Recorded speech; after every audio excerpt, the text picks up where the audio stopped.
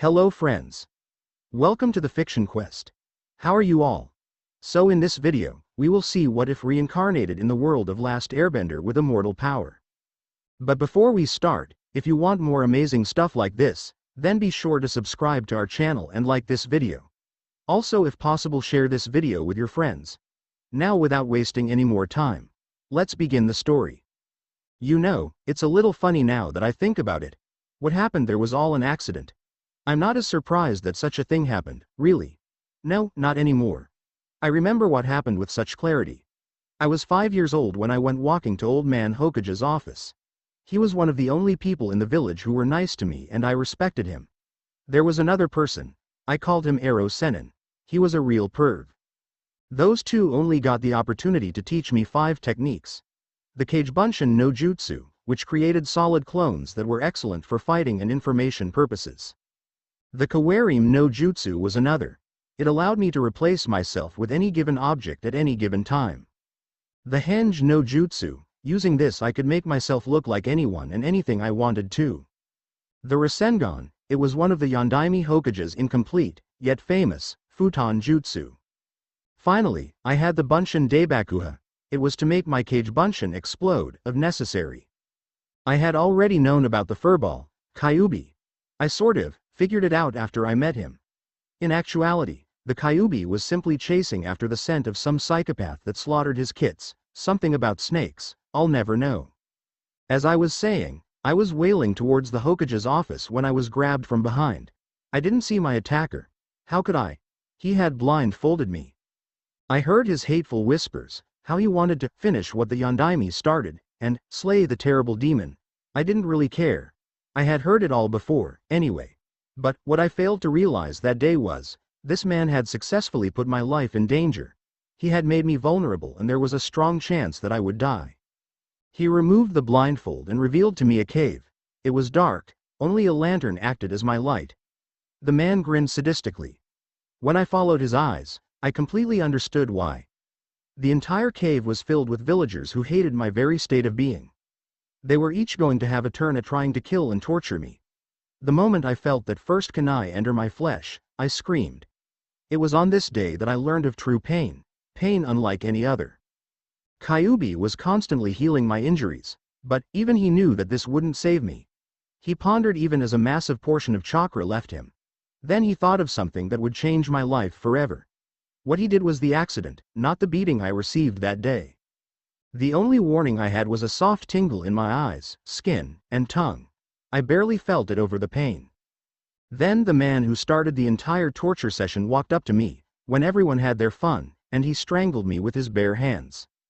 When his bare hands met my bare neck, Okami, he twitched a few times before he screamed and collapsed to the floor dead.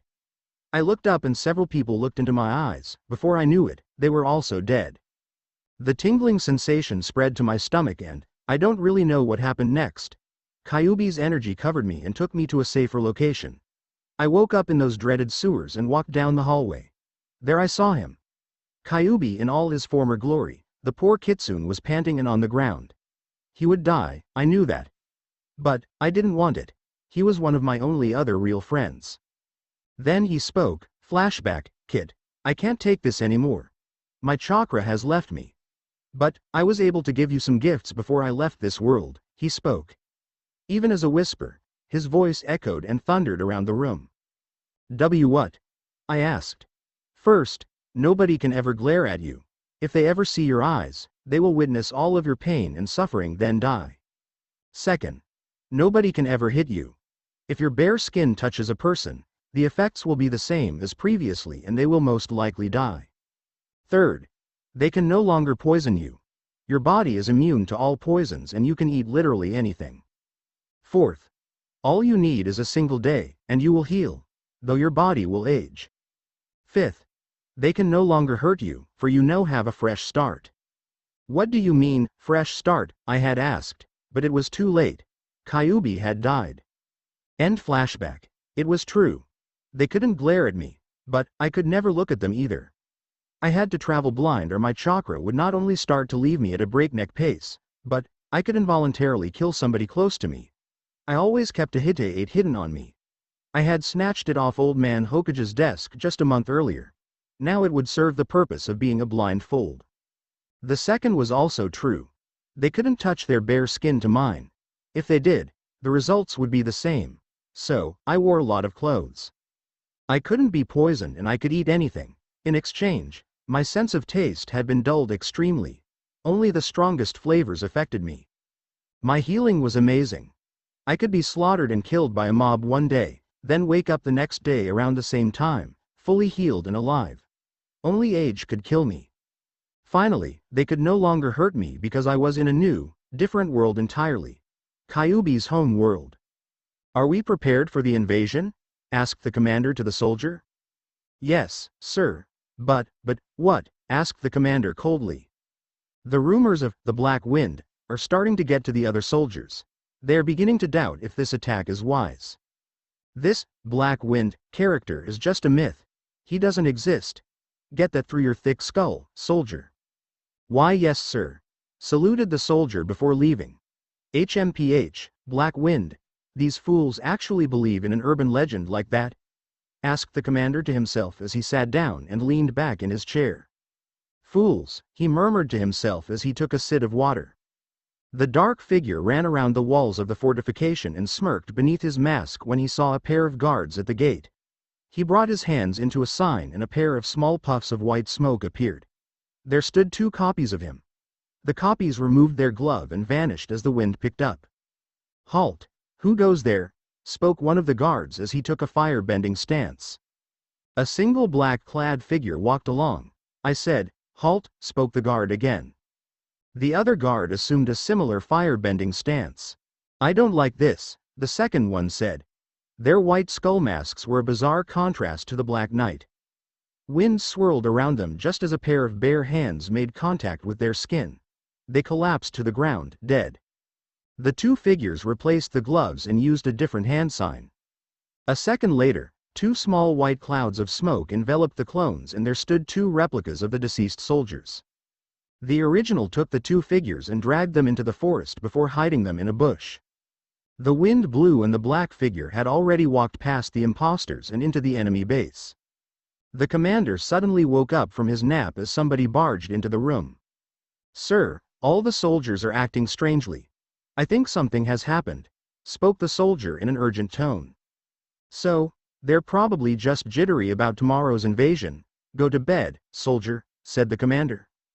"Yes, sir."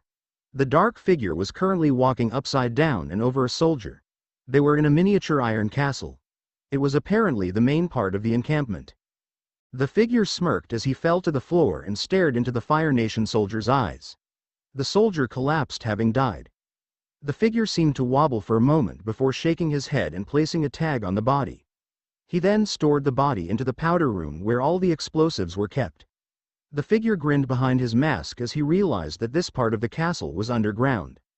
Running through the dark hallways, the figure stopped when he reached a door and slowly walked in. There, cage after cage, were prisoners. He could hear them in pain and could smell their filth. He swung around and a blast of air came forth, cutting through all of the locks. "All right. We don't have much time. I am the Black Wind and I'll be your tour guide this wonderful night." The commander looked outside his window. Odd, there should be a soldier patrolling out there. "Who among you can bend and what can you bend?" asked the Black Wind. 12 people stepped forth. "We can earth bend." 5 more people walked out of the crowd of prisoners. "We can water bend." 1 person walked out. "I am a firebender." "So they're imprisoning their own, huh? How'd you wind up here?" asked the Black Wind. "I tried to help a prisoner escape. I saved her life by allowing myself to be captured in her place," he said. "Noble. Okay, who can use a weapon?" The rest of the people, about 7 of them, stepped forth. The only ones who didn't was a mother and her infant. "All right. You, firebender, help the waterbenders guard the civilian. Earthbenders, cover our militia force here. I'll be setting off the explosives as I guide you through the encampment. By the end of this night, there will be nothing but rubble here. Any questions?" asked the dark figure. "When do we start?" asked a random member of the crowd. "Now." The commander shot out of bed when there were explosions at the west gate and the watchtowers. "We're under attack. Send all units to the west gate. The group of 28 left through the east gate with minimal trouble. After they had traveled through the forest for about 15 minutes, the castle exploded and the walls of the encampment started to crumble. A small group of firebenders escaped and started to run away. The dark figure took out several shuriken stars and threw them, increasing their speed and accuracy with the flick of a wrist and turn of an arm. All the stars hit their targets and the last of the Fire Nation soldiers collapsed dead. All right, I'm going to check this place out. If possible, we might be able to salvage this place and make a small village out of it. It looks like it would be a good trade route with that town, spoke the dark figure. He received nods and ran into the encampment. The commander kicked some debris out of the way and got up to his feet. He spun around and looked left and right for his target of aggression. There stood a figure clad in black. So the legends are true, the Black Wind really does exist, spoke the commander. You will not leave, spoke the boy in black. You're right. I'm going to kill you, kid. Then I'm going to wipe out the rest of that town. I won't let you, spoke the boy. The commander smirked and blasted a punch of fire towards the boy only for him to vanish in a puff of smoke. What the? Rasengan, yelled a voice from behind him. The commander was struck in the back by a full-powered Rasengan and was sent spinning towards sharp, metal debris. There was a crunch and a squish followed by a strangled gurgling cry of pain. All was silent. The boy walked out of the remains of the encampment and turned his head towards the escapees. This place is to do with as you wish. There are several supplies remaining and, as I said, this could be a good trading spot. Goodbye. The Black Wind then jumped forward causing air to blow all around the epicenter of where he jumped from. What should we name this place? Asked a freed prisoner. The town of Black Winds, began the Firebender, it has a nice ring to it. What's the catch? Naruto walked out of the dark alley as he entered the temple. It had been abandoned several years ago by the other 4 nations. In this world, chakra was no longer commonplace because, many years ago, all of the chakra users were slaughtered in a massive war induced by fear. They were referred to as energy benders. Now, the only people who could energy bend were Naruto and, on rare occasions, the Avatar. This meant, of course, that this temple was Naruto's property by default. Neat place, spoke Naruto as he walked past the fallen, rusted-over doors, but it needs work. Naruto walked forwards and stopped when he reached a statue. He removed his forehead protector to see it with his own eyes. No way, Kyuubi, it was a statue of the great Kyuubi no Kitsune himself. Even after so much time had passed, it was still beautiful. It took Naruto's breath away as he observed the statue. Then, something happened. Naruto could feel some of the Kyuubi's energy that was once trapped in the seal, just leave, sucked out into the statue. The eyes of the statue glowed as its head moved towards Naruto. It growled and then it thundered out an earth-shaking roar. Naruto fell to the ground, clutching his ears in pain. His hearing had increased to an incredible point. Now, noises that loud actually could hurt him if he was caught off guard. Jinchuriki, spoke the statue. Naruto's eyes widened. I see that the jailer is all that remains of the jailed. He is gone, but I am not. You have a destiny to fulfill. What are you? I shall remove your curse of sight. You may see again, but only at night. Another curse I shall remove. The memories are slower, should you improve. Naruto was confused. He was hearing these things, how couldn't he? But, what did they mean? All at once, the statue stopped speaking and crumbled, falling apart. Well, that was weird, commented Naruto as he searched the temple for valuables. It was only moments later that he felt a terrible pain run throughout his entire body. Naruto's eyes opened. He was inside the dark sewers of his mind. He walked towards the cage, just through force of habit, and looked inside to see a giant pulsing heart of chakra. It would pump Naruto's chakra and Kyuubi's chakra throughout the seal in his body. The heart had fused with the walls on the sides of the cage. The heart itself was made by Kyuubi to, in theory, grant Naruto an endless supply of chakra and to make sure that all of his chakra was kept sealed inside of Naruto long after he had died. Naruto could be knocked out or pass out from using too much chakra, but he could never die from chakra exhaustion. It was completely impossible. But it did prevent him from being able to use any genjutsu more advanced than the Henge no Jutsu for the remainder of his life. Naruto looked at the paper seal on the cage. There were thin veins from the chakra heart, holding it down and keeping it tied in. It was to prevent Naruto from accidentally killing himself or prevent somebody else from trying to take the chakra heart from its cage. Cough, Akatsuki cough. There was something different about this place, though. Naruto turned around to find an inscription on the wall opposite the cage.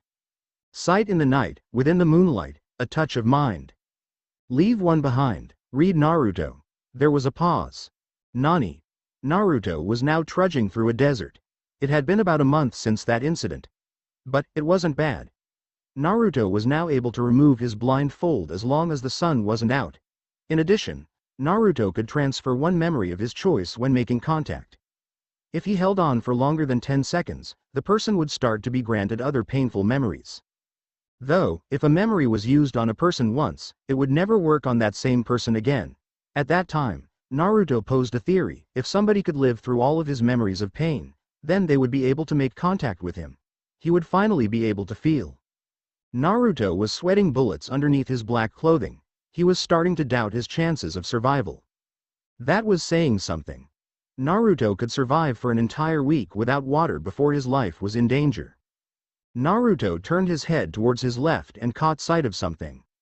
A cactus. Wait, don't cacti have water in them? He asked himself out loud. Running to the cactus, falling over himself once or twice in the sand, he pulled out a kunai and slashed off a piece of the cactus and took a big sip. Wow, that's good stuff, said Naruto with a smile. In mere seconds, the entire cactus was drained of its precious liquids, its remnants used in a stew of its own liquids later that day. Naruto was feeling lucky. There were cacti every so often and he was no longer severely dehydrated. He tripped in the sand and got up again. It was difficult for him to travel throughout the desert in his clothing. He heard a distant, warped flapping sound and fell to the ground, on purpose this time. He just barely dodged an assault from a buzzard wasp. Buzzard wasps are just that, a cross between a buzzard and a wasp. Not that Naruto knew, he had never seen a buzzard wasp before, so it was impossible for him to understand how to fight it correctly.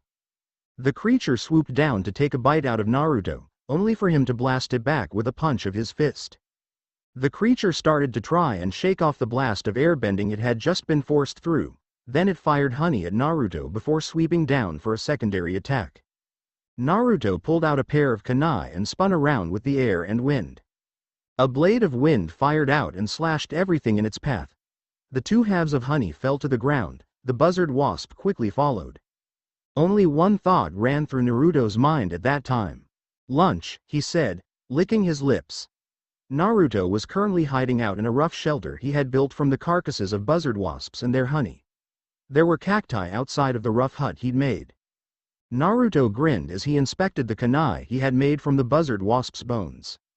They were hollow and light as a feather, but they were clearly stronger than steel. He'd already created a sword from the spines of some of these creatures. It was a sword that was a bizarre cross between a claymore and a ninjutsu. It was an X-shaped hilt that had a blade about 137 centimeters. It was about the same height as Naruto. Naruto swung the blade around and tried to use airbending with it. The sword suddenly increased in size. It resembled a giant, glowing green butcher's knife more than the sword it really was. It weighed the same.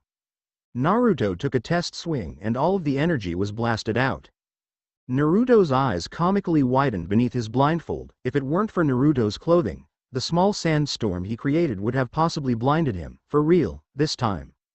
Naruto slowly walked back into his little hut and decided to play innocent when the sandbenders came. Sandbenders had been a real problem for Naruto. They had been after him for weeks, now, and had nothing but ill will towards him. Naruto sighed as he remembered his first conflict with them. It wasn't his fault that they had lost their food. In fact, he had warned them that some animal in the desert was bound to take their food if they didn't keep it in a safe place. Naruto rubbed his leg, remembering how it was almost crushed by one of the sandbenders there. Naruto's ears perked up as he heard the sandbenders approaching. He walked out of the hut and was met with silence. The sun was setting and the heat seemed more intense than before. A sort of tension was hanging in the air. There was still silence. Naruto sighed for the umpteenth time that day. Okay, so, what do you want this time? He asked, finally. To give you back some trash we found in the desert. replied the Sandbender with nothing but pure hatred and disgust in his voice. Sandbenders and Airbenders had a unique and unspoken grudge with one another, though this grudge seemed to have dissipated 100 years ago, and it was reborn when they went extinct. The only Airbender that they would dare bow to would be no one less than the Avatar him or herself. Once again, Naruto was being hated for something he couldn't control. But what was this? They said they had trash for him? We found this bastard in the sand just inside of our territory. His headband looks a lot like yours, so we decided to let you deal with him, shrugged the leader of the group. Naruto scowled. Tell me, is the sun down? Asked Naruto. Yeah. Why? Asked a Sandbender, confused. Naruto pushed his headband up to his forehead and looked around with strange, red eyes. His gaze settled on the Sandbender's hostage, an 8-year-old boy with a slashed Uehite tied around his forehead with long hair in a ponytail. He was wearing gloves. Naruto had lost the ability to comprehend colors. All around him, the people were a pitch-black highlighted white with a red moon overshadowing the world, a perpetual Tsukiyomi vision. Naruto heard a second heartbeat. He turned his head to see a bag. Who's in the other bag? Asked Naruto. We're selling the fish girl, so you can forget about it, yelled a Sandbender, stupidly. Naruto's brain started to do work. Who did he know that could be called fish girl? The answer was only 2 words long. No one. Naruto's scowl deepened as he frowned. He took out his sword. Give me the bag, or die. Naruto spoke. The Sandbenders laughed. What can a kid who can't even be 7 years old do to us? Laughed out the lead Sandbender. He was silenced as his head was slashed from his body. The corpse bled out into the sand. Bag. Now, said Naruto again, getting up from his rough position in the red sand with his sword being held in a tight grip. The Sandbenders immediately threw the bag and dropped another item as they frantically left. Naruto checked the first shinobi's pulse, finding it strong. He let out a sigh of relief and ran to the bag. Opening it up revealed a bandaged girl who was about Naruto's age, if not a year older. Naruto blinked and searched for a Hite just in time for the girl to wake up. Pervert! She yelled before slapping him across his covered face. It still hurt, hell it stung. But, at least it wasn't his exposed skin. He fell backwards and decided it was a good time to put his blindfold back on. The other boy got up. What the hell? Where am I? Suna? Asked the blonde boy. No, but that was an educated guess and I'm proud you were able to come to a reasonable conclusion. Responded the girl, snidely. Why you're here too, shouted the boy. Well, I was following you, hey, interjected Naruto to stop the verbal fight. I blame you, spoke the boy. How exactly is this my fault? Asked the girl. Hey, spoke Naruto a little louder. I remember you being the one who said it would be a good idea to use that temple for shelter, said the girl. It's not my fault you can't keep up, yeah, if you weren't so tired, I wouldn't have been forced to improvise, shouted back the boy. Hey, shouted Naruto. The two who were bickering stopped and took a look at Naruto. Who are you? They asked at the same time before glaring at each other. My name is Naruto. Who are you two? He asked. My name is Isaribi. The dumb blonde's name is Deidara, said Isaribi. Yellow. That's your hair color. I never would have guessed, commented Naruto dryly. What? Never would have? What are you, blind? Yeah, shouted Deidara. Insensitive jerk, muttered Isaribi. Huh, Isaribi pointed to Naruto's blindfold. Oh, spoke Deidara with slight understanding. He laughed lightly. Gomen. No problem. I'm not fully blind. I'm just not able to remove my blindfold in the morning and my eyes are weird enough as is. It'll be a rare sight to see my eyes. Puns intended, said Naruto. Deidara looked towards the object that the Sandbenders had dropped. What is that? Asked Naruto. The same fin, shark fin, said to be the sister to the Samahata, the shark skin, responded Isaribi. It was my job to get the sword and deliver it to the Mizukage personally, yeah. It was owned by Isaribi here and she refused to part with it, She just escaped from some place and wanted something to defend herself with, said Deidara. We fought and neither of us gave in. So, Dei-chan gave me the offer to go to Iowa and have a life. I didn't like it, but it was the best offer I was given in a long time. I rolled with it," continued Isaribi. The trip to Kurigakure no Sato would most likely be long and painful, as it was the storm season. So we had to take breaks and stopped at hotels and the occasional town, yeah. When we were attacked by another nuke nin, like Dei-chan, we decided to stop at a temple. We were injured and it was thundering out. Lightning struck the bell tower and spire, it then traveled down to an iron statue of the Kyubi no Kitsune and we suddenly blacked out, Next thing we knew, we were in a desert and our jutsu weren't working, yeah. Then some group of nut jobs that could manipulate sand attacked us, Was there anything you could still do? Asked Naruto. I can still make statues and explosives. Isaribi can still morph to her unique form and use her sword properly, said Deidara. Anything else? Asked Naruto. I can manipulate water. Not well, but well enough to fight. Deidara can do the same with rocks and earth, said Isaribi. What about your shinobi techniques? Asked Naruto. As far as I can tell, we can only use our most unique abilities with chakra, It doesn't work with anything else, yeah, said Deidara. I can use only 5 jutsu, but I've mastered them to the point so that most jonin are likely to have a slight problem with me. I can also manipulate the wind and air, said Naruto. Isaribi-san, you are what the people of this world would refer to as a water bender. Deidara-san, you are also a bender, one of earth. I'm heading to Ba Sing Se to live there for a month before I try to find work. If you'd like to, you can accompany me there, said Naruto. Wait, first things first, how do we bend? Asked Deidara. Taijutsu is able to control the bending done in this world. The best benders are, in effect, the best taijutsu masters, responded Naruto. Can my sword help me with this bending? Asked Isaribi. Yes, the mastery of a weapon is recommended in bending usage. Try making your own taijutsu, it worked for me. I derived mine from the Goken, Juken, and a basic air bending scroll I found with one of the merchants around here. That was not cheap. And so, children, this is how the shinobi trio came to be. By sheer coincidence and a joke by the cosmic forces, 3 children came together, each with their own blessing and curse. Of bodyguards and blindness. Naruto woke up coughing. He looked around. He was in a room. That's helpful, he thought to himself. He paused. He could see. He looked down at himself and noticed some of the bandages almost immediately. He turned his head and caught sight of his clothing on the bedside. His blindfold wasn't far from it. He quickly got out of bed, despite his body's protests, and got dressed. The door opened. Oh, it appears you're awake, said the woman who opened the door. What happened? Asked Naruto, still assessing the situation. Some of the villagers found you injured in a barrel that had just washed up on the shore.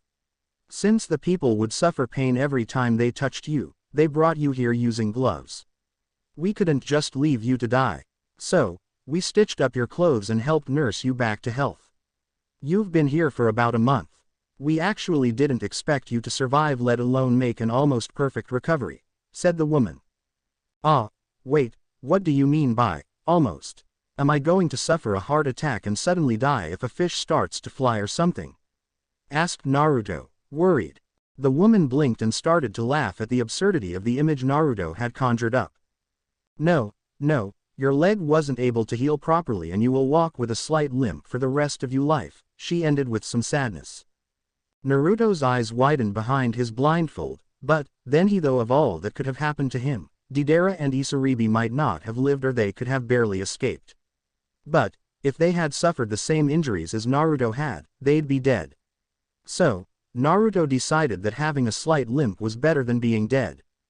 Well, at least I'm alive, said Naruto with a shrug as he strapped his sword to his back. The woman paused and examined Naruto. A little young to be a warrior, don't you think? She asked him. Not at all, ma'am, I know hundreds of ways to kill a person. Hell, I could kill a person by touching or looking at them, said Naruto. The woman laughed at the 7-year-old. He may have been trying to sound serious, but she couldn't help but laugh at the absurdity. She could believe the touching part, though. Well, little warrior, what's your name? She asked. My name is Naruto Uzumaki. He said. Are you from a royal family? No, I don't even know if I have a family. The woman couldn't help but pity the boy. He wore all that clothing to keep people safe. He was unable to touch somebody without them possibly dying. He didn't have a family.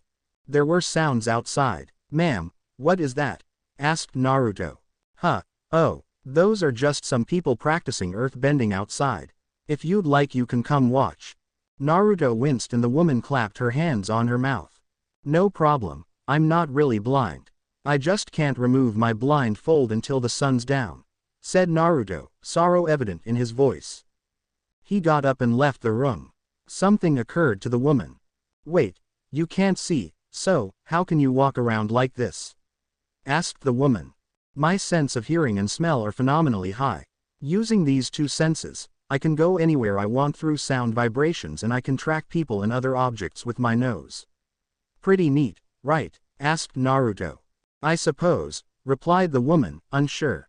When she had focused her gaze, she noticed that Naruto had already vanished. What in the world? Naruto simply stood there inside the Earth-Bending Academy and observed through his senses as a girl went through the basic exercises over and over again. Naruto could practically feel the potential radiating off of her. So why wouldn't they give her a chance? Why wasn't she being given the opportunity to prove herself? Why can't you teach me some of the more advanced exercises? Asked the girl to the teacher. Toph, I would teach you, if not for your handicap, spoke the teacher. But I can try. Just because I'm blind doesn't mean. It means that you could easily get yourself killed. I'm doing everything in my power to make sure you know how to slightly defend yourself, but you must follow my methods to learn how to earth bend, said the teacher. Naruto sighed. This guy takes the phrase, following blindly, to a whole new perspective. He hated it when people underestimated others. It would almost immediately lead to their defeat. Naruto stood and observed for a few more seconds before the woman from earlier found him. There you are. What do you think you're doing? Walking around blindfolded in an earth-bending academy, are you trying to get yourself killed? She asked him. The world would be a better place with my death, spoke Naruto in a cold manner. It was true. He could only hurt people and they would only hurt him. He would just be called a monster and his world was stained with blood. The world would probably be a better place without him. Besides, Deidara and Isaribi were most likely dead. What did he have to live for? Never say that. There's always hope, said the woman firmly. I've been alone for most of my life. I've been beaten, attacked, and countless people have tried to slaughter me for their own twisted reasons. I can't touch somebody without the risk of their death, and my vision is literally black, white, and red all over. The only friends I've ever made are most likely dead. I was ready to die. Give me one good reason to live, because my hope was crushed the minute I woke up, said Naruto. Every word of it was true. He literally had no reason for living. He had no purpose. Destiny, was what that statue said, right? Maybe his destiny was at the end of a lynch knot or his neck in his own knife. He would finally be free. The woman was in thought. If she didn't get something soon, the poor boy may have tried to commit suicide. Then an idea dawned upon her. You can fight, right? Asked the woman. Naruto nodded in response. The woman looked at Toph before looking back at Naruto. Tell me, Naruto, have you ever thought of trying to be a bodyguard before? Asked the woman. Naruto blinked. He wasn't expecting that. Well, I've protected people before, but I don't know. With my luck, I'd probably fail, he said in a depressed tone. There is a girl from the Bei Fong family and she is blind and helpless. It would be child's play for somebody to snatch her in the middle of the night. Why would you ask me to protect her? She sounds even younger than I am. Also, she would need constant protection. With my record, she could just die, why ask me? As her mother, I must always keep her best interests in heart. I will not let anyone harm her, but there is only so much that I can do. There was silence. I'm not saying that I'm accepting this, but if I agree to help Toph, what must I do? First I need to see how capable you are in a combat situation. Then I need to know precisely what your abilities are. Finally, you must keep Toph safe, said Toph's mother. Naruto nodded. Toph's mother finally couldn't take it. Please, I need somebody to keep her safe. I'll give you whatever you want if you do. There was another silence. My payment is my purpose. I want no gold, food, or shelter. If you wish for me to protect your daughter so badly, I shall protect her with my life. That, ma'am, is a promise, and I never go back on my word, my Nindo. I'll find somebody to test you tomorrow, said Toph's mother. Before you go, ma'am, I'd like to at least know your name, drawled Naruto. My name, I am Chunbei Fong, she said. Naruto nodded and turned back to the earthbenders. Chun means pure, but it also means being rich. How appropriate. I don't sense any will-to-do wrong coming from her. She truly wishes for Toph to be happy. Naruto used his sound to see Toph. However, protecting Toph is one thing, but hindering her growth is something else entirely. I'll keep her safe even at the cost of my life, but I'll also ensure her happiness. Naruto gave a sad smile. Besides, what else do I have to do other than keep her safe? Toph sighed as she finally got out of bed. A frown was present on her face. She had just gone through the basics, again. The 5-year-old had reached a new level of boredom. She hated her parents not letting her advance. Oh well, she was currently teaching herself earthbending by playing around with the badger moles. She smiled at the thought. At least they knew how to get down and dirty. She heard knocking at her door. Come in, she said politely. Somebody walked in. Miss Toph, I am to guide you to the yard. You need to be present for something extremely important, said the man. All right, I'm coming, said Toph. She had already gotten dressed. It was the same kind of outfit every morning. She had learned how to put it on by herself. As they were walking, Toph couldn't help but ask a question that had been on her mind. Why are we going out to the yard? The man hesitated before answering. Your mother has requested that all people in the Beifong estate are to be present. Your mother has hired a bodyguard for you and will be testing his capabilities today, said the man. Toph nodded, showing she understood. They reached the yard after about 5 minutes. Oh good, you're here, said Toph's father, greeting her. Why do I need to be here if I won't be able to see anything? Asked Toph, bluntly. Her father winced. The person who is going to protect you would at least like to know who he's protecting. Your being here is more of a form of respect than anything else. Oh, is that him? Asked Toph's father. Yes, that's him, responded her mother. But he can't be older than 7, he's walking with a limp, and he's blindfolded. Is he trying to disrespect us? Asked Toph's father. No, he doesn't want to offend us in any way, but he suffers a condition that makes it dangerous for him to reveal his eyes to people while the sun is up. As for the limp and age, he seemed confident of his abilities, said Toph's mother. Toph frowned. Some other kid around her age was going to protect her and he was not only blind but couldn't walk properly. Oh joy, his opponent sounded like some kind of heavy lifter and a strong earthbender. This kid was going to get himself killed. Meanwhile in the yard itself, the earthbender stood there. Listen, kid, I don't want to hurt you or anything, so, how about you just forget about this whole thing? You can just limp home to your mommy. Naruto winced, unnoticed by anyone but Toph, and I can collect the cash. So, how about it? Asked the earthbender. Naruto's only response was to unsheath his blade. The earthbender smirked as he took out a large bladed hammer. All right, brat, but you asked for it. The earthbender yelled before charging. He's not moving. He'll get crushed, thought Toph as she listened to the earthbender charge and watched him through the earth. The hammer came down and Naruto brought up his concealed hand, holding a swirling ball of energy. He hit the hammer and destroyed it instantly. The earthbender was sent backwards, startled, and then became enraged. The brought his foot down and a slab of earth was brought into the air and then sent straight at Naruto. Naruto swung his sword down and sliced the slab in half, sending a blade of wind straight towards the earthbender. He barely had the opportunity to dodge. Naruto ran towards him at a fast pace. Very fast. Naruto thrust his sword forwards and scratched the earthbender's side before ducking low and swinging his sword across the back of the man's ankles. As he collapsed backwards from the cut tendons, Naruto struck the back of the earthbender's head with his elbow. Naruto won. The audience just sat there, amazed. Naruto sheathed his blade. When do I start? He asked in a cold tone, turning his head towards Toph. Naruto stood in the center of the yard, the beaten earthbender only a few feet away from him. When do I start? He had asked. It took Toph's father a few seconds to decide. You'll start tomorrow at noon, said the father, keeping a weary eye on the boy. Yes, sir, said Naruto with a bow. He then limped off the stage. Toph decided now would be a good time to intervene. You can't be serious, right? I mean, that kid just took out a really strong earthbender, from what I heard, and he had a limp, shouted Toph. Though her intervention was rather loud, she made a good point. What was stopping this?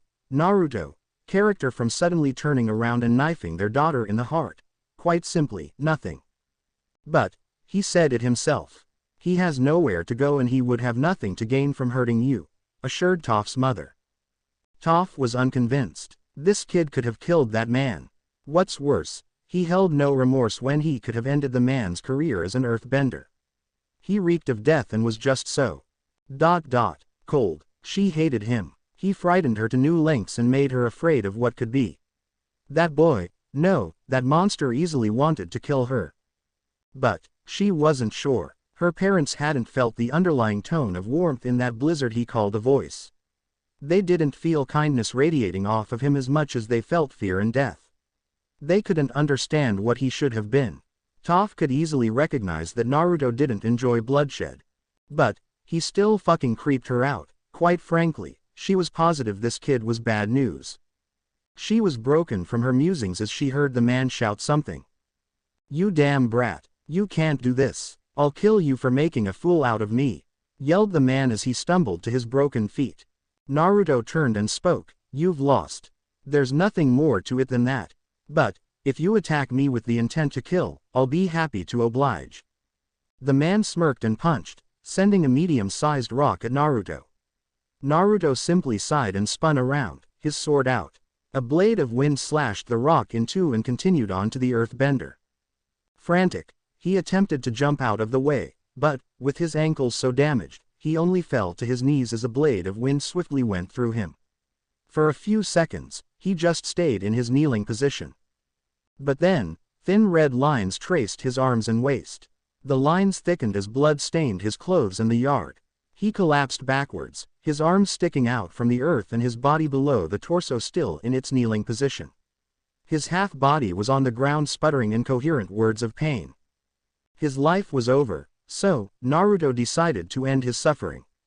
He walked over to the man and pulled up his hitai before looking directly into the man's eyes. He didn't even scream as his eyes glossed over and became unseeing. He coughed up blood just as Naruto replaced his headband and walked away.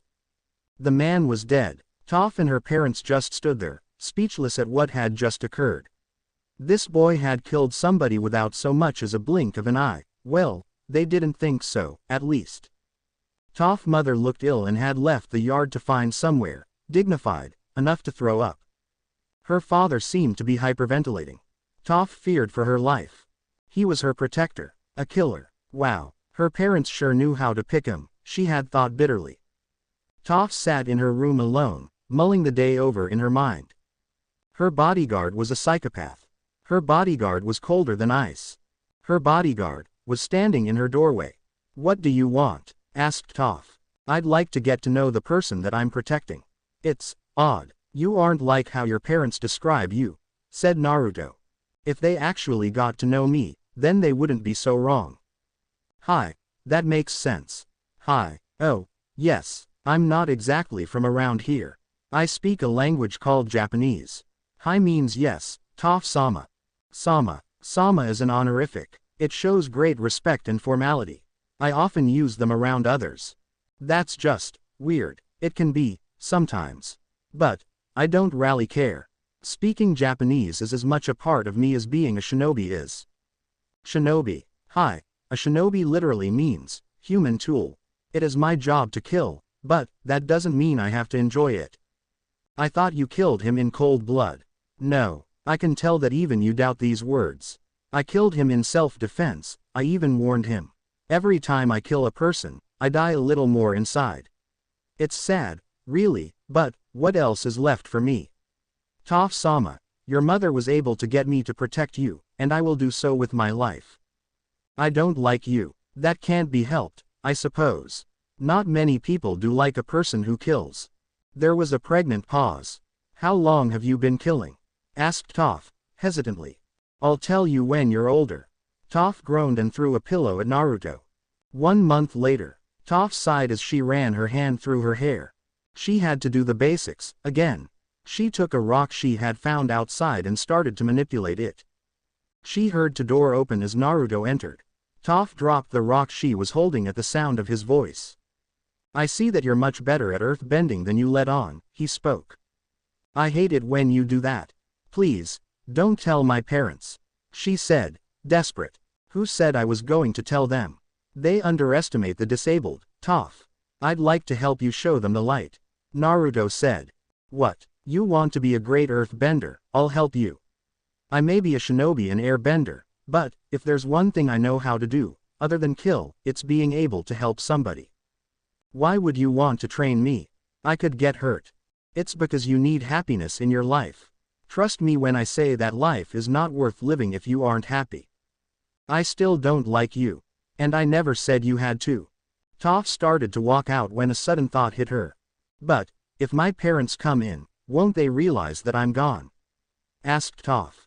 Don't worry, I've got a plan for that, said Naruto. It took all Toph had not to jump in surprise when there were 2 puffs of smoke and an exact replica of herself and Naruto were standing there. She blinked a few times and jumped up and down on the ground to make sure the earth wasn't sending her a faulty message. They're real, she said in awe. No, not real, just convincing. They'll disappear after 5 hours or a solid hit, like a punch or kick, explained Naruto. This has to be magic. No, but you're close. It's called a jutsu. You may not be capable of performing it, but I can. Especially since I'm a shinobi, said Naruto. Naruto, why haven't I ever heard of shinobi until a month ago? Shinobi are very rare in the elemental nations. I only know 2 other shinobi here and I'm not sure if they're even alive right now. Because there are so few of us shinobi, not many people come to us for jobs. I'm here working for free, mostly following a promise and favor, ended Naruto with a shrug. What do you mean? I'll tell you when you're older. Toph groaned, threw her pillow at Naruto and walked out of the room muttering something about, damn secretive ninja. Naruto simply shadowed her on their way out.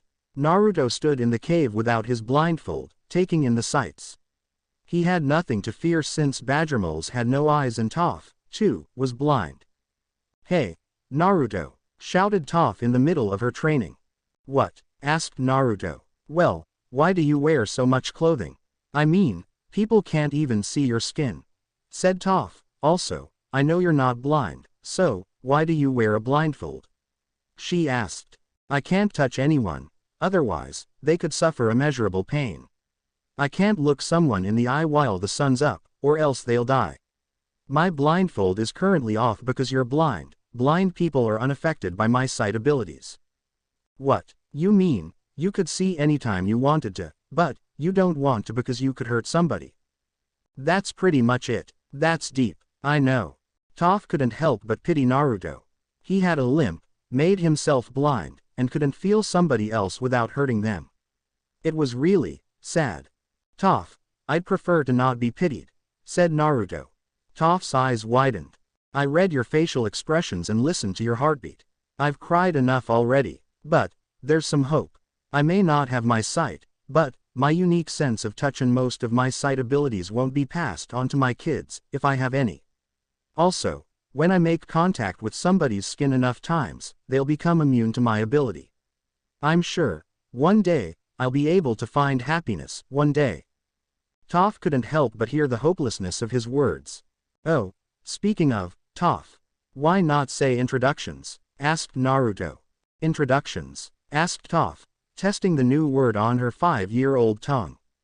Hi, you know, likes, dislikes, hobbies, dreams for the future. Why don't you go first? Alright, my name is Naruto Uzumaki. I like a lot of stuff. I dislike a lot of stuff. My dream for the future, I have many hobbies, he ended cryptically. Toph's eye twitched. All you told me was your name. Somewhere in an alternate world, a certain Jonin sneezed and ruined his most prized Ika Ika Paradise book. It should be noted that he never again removed his mask for more than a second, for that was all it took to destroy his best day ever. Back to the story. True. Oh well, your turn. My name is Toph Bei Fong. I like earth bending, soft things, breaking stuff, winning, and just being me. I dislike fire bending, rough and sharp things, being neat, losing, and being ordered around. My hobbies include practicing earth bending, gambling, pulling pranks, and, she paused to think, my dream is, a longer pause followed, to become the greatest earthbender ever. That's my dream, believe it. Naruto flinched and stilled. Flashback. Naruto, you really need to get a hobby of some kind. In fact, I think that you need a goal, said the Sandaime as he watched the 4-year-old. I've already got one, Oji-san. He replied laughing. Oh, mind telling? He asked. My goal, my dream is to be the best of all the Hokage one day. That's my dream, Datbeo. End flashback. That's a great dream, Toph. I'm sure that you will one day succeed, said Naruto inspirationally. Toph smiled. Now, your stance is a little off, try shifting your foot a little more to your right, said Naruto. There was a pause. Naruto, questioned Toph. Hi. Which way is right? This is going to take a while, muttered Naruto under his breath. 1 month later. Nice job, Toph-sama. That last stance was a little off, though. But, aside from that, I think you could probably take on at least one enemy on equal grounds, presuming he or she isn't an earthbender, said Naruto. Toph beamed. So, to commemorate this momentous occasion, I've taken the liberty of purchasing seats at your favorite restaurant stand. He was met with the confused gaze of a 5-year-old. I have enough money to buy some ramen at your favorite stand, said Naruto flatly. Toph cheered. There were many things Naruto was glad for, one of which being that there was ramen in this world. Because of his lack of taste, he had learned to take pleasure in whatever he ate. Ramen was one of the few foods out there that he could taste. Thus, he had learned to appreciate it. Sadly, no ramen was as good as Ichiraku ramen. They knew exactly what they were doing when they made their ramen. Naruto couldn't help but lick his lips in remembrance of the wonderful flavors of Ichiraku ramen. Before blindfolding himself, he turned his gaze to Toph. It shocked him so much, it was like looking at a reflection. A warped reflection of what could be. Toph was like a richer version of himself. It was something he appreciated, knowing that there were others similar to him in this world. He covered his eyes and took Toph outside with him. I still don't like you, she said after about 5 minutes. I never asked for it, replied Naruto with a shrug. 1 month later. You know something, Naruto? Asked Toph. What? Asked Naruto. Well, I've been thinking. Don't hurt yourself, now. Toph responded by walking up to him and smacking him in the back of his head. As I was saying, I've been thinking. There's this tournament that just came to town. It's an underground sort of thing, so my parents don't really know about it. So, maybe you could take me there too. No. What? What do you mean? No. I mean that you could get hurt. You'd get why and they'd get you, said Naruto. But you said it yourself. You said that I could fight an enemy on equal grounds. True, but I never said that you could take on an earthbender, said Naruto. Please, she was on her knees. I won't improve training alone like this and I need the practice, said Toph. There was a pause. Please. Fine, on one condition, shouted Naruto in the middle of Toph's victory dance. She stilled. If things are looking excessively dangerous and I don't think you can handle it, I'll throw in the towel for you and pull you out immediately. Understood? He asked in a cold tone. Toph's mind flashed back to the earthbender Naruto had killed. He was serious. All right. Naruto's features softened. Toph-sama, I'm sorry if I've frightened you. But, you must realize that it is my duty to protect you. She turned to look at him. I get it and all, but, that doesn't mean I have to like you. Naruto sighed and scratched the back of his head. Alright, then, so, when do you start? Asked Naruto. Toph shrugged. I don't know. I just heard some kids talking about it. They gave me a poster, but I can't read. she ended, waving her hand in front of her eyes. Right. Still have that poster? Asked Naruto. Yep, she said. Naruto took the poster and almost lost his cool right then and there. The date of the first tournament was. It was on the Sandame's birthday, February 8th, in 1 week. That was either a stroke of luck or a twisted omen. Naruto stood in the stands, watching the earth-bending tournament the entire time. He could tell that Toph's current and championship match was about to end badly for her. But, instead of intervening, he wanted to make certain that Toph at least had a fair chance at winning. The earth-bender threw a boulder at Toph just as she brought up earth to block it, barely. Naruto kept watch of the match intently, reaching his hand to his sword just as the earth-bender knocked Toph down. Toph's sensitive hearing picked up on Naruto sliding his blade out of his sheath and decided to end the match right there. Are you finally going to give up, girl? Asked the arrogant East Earth-bender. Toph felt her eye twitch. Hell no. She got up and swung her foot to the ground, bringing a pillar of earth up and striking her opponent in a very sensitive area to males. He fell to the ground and Toph formed the pillar once more to knock him out of the arena. And into Naruto, who fell out of the stands. He made a pledge to be more watchful whenever sitting in the front rows. Great job, Toph-sama, you really showed him, said Naruto. I know, I can't wait until the next tournament in a month. Naruto stilled and paled, flashing back to when the earth-bender had collided with him in the stands. And next tournament, he asked. Yep, then the tournament after that, and the tournament after that, and the tournament after that. Naruto had turned white and stiff as a board. Only one thought ran through his head. This girl really must not like me. Naruto, I think that I need an outfit change, said Toph. Naruto blinked behind his blindfold. What do you mean?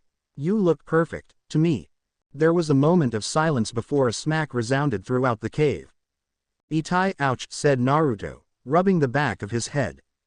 You're color blind and usually can't see anyway. My last opponent actually taunted me because of how ridiculous I looked. Toph-sama, as much as I'd enjoy, and I use this term loosely, to help you with your clothing problems, you said it yourself. I'm color blind and will almost always give you ridiculous clothing. What about that henge thingy?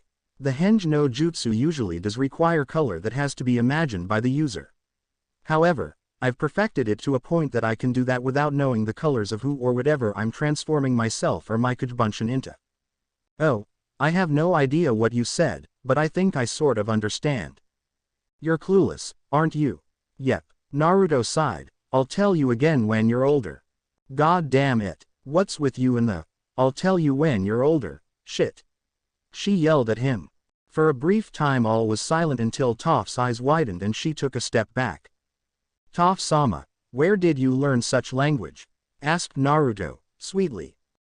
Well, there are a lot of angry people when they lose bets on the guys who I beat, and they, Toph-sama, if you ever use those choice words in public or even private again, shut it. You say bad words all the time. Yeah, that's different. How? Because, okay, you win. You can swear. Just don't do it in front of your parents, it would break them to pieces to hear their little girl curse like a sailor. Toph. 1, Naruto, 0. Said Toph before she started to gloat. Congratulations, Toph-sama, you've learned how to add numbers. Ouch. And so the score is evened out. Shall we continue this or will we be going out to look for clothing for you?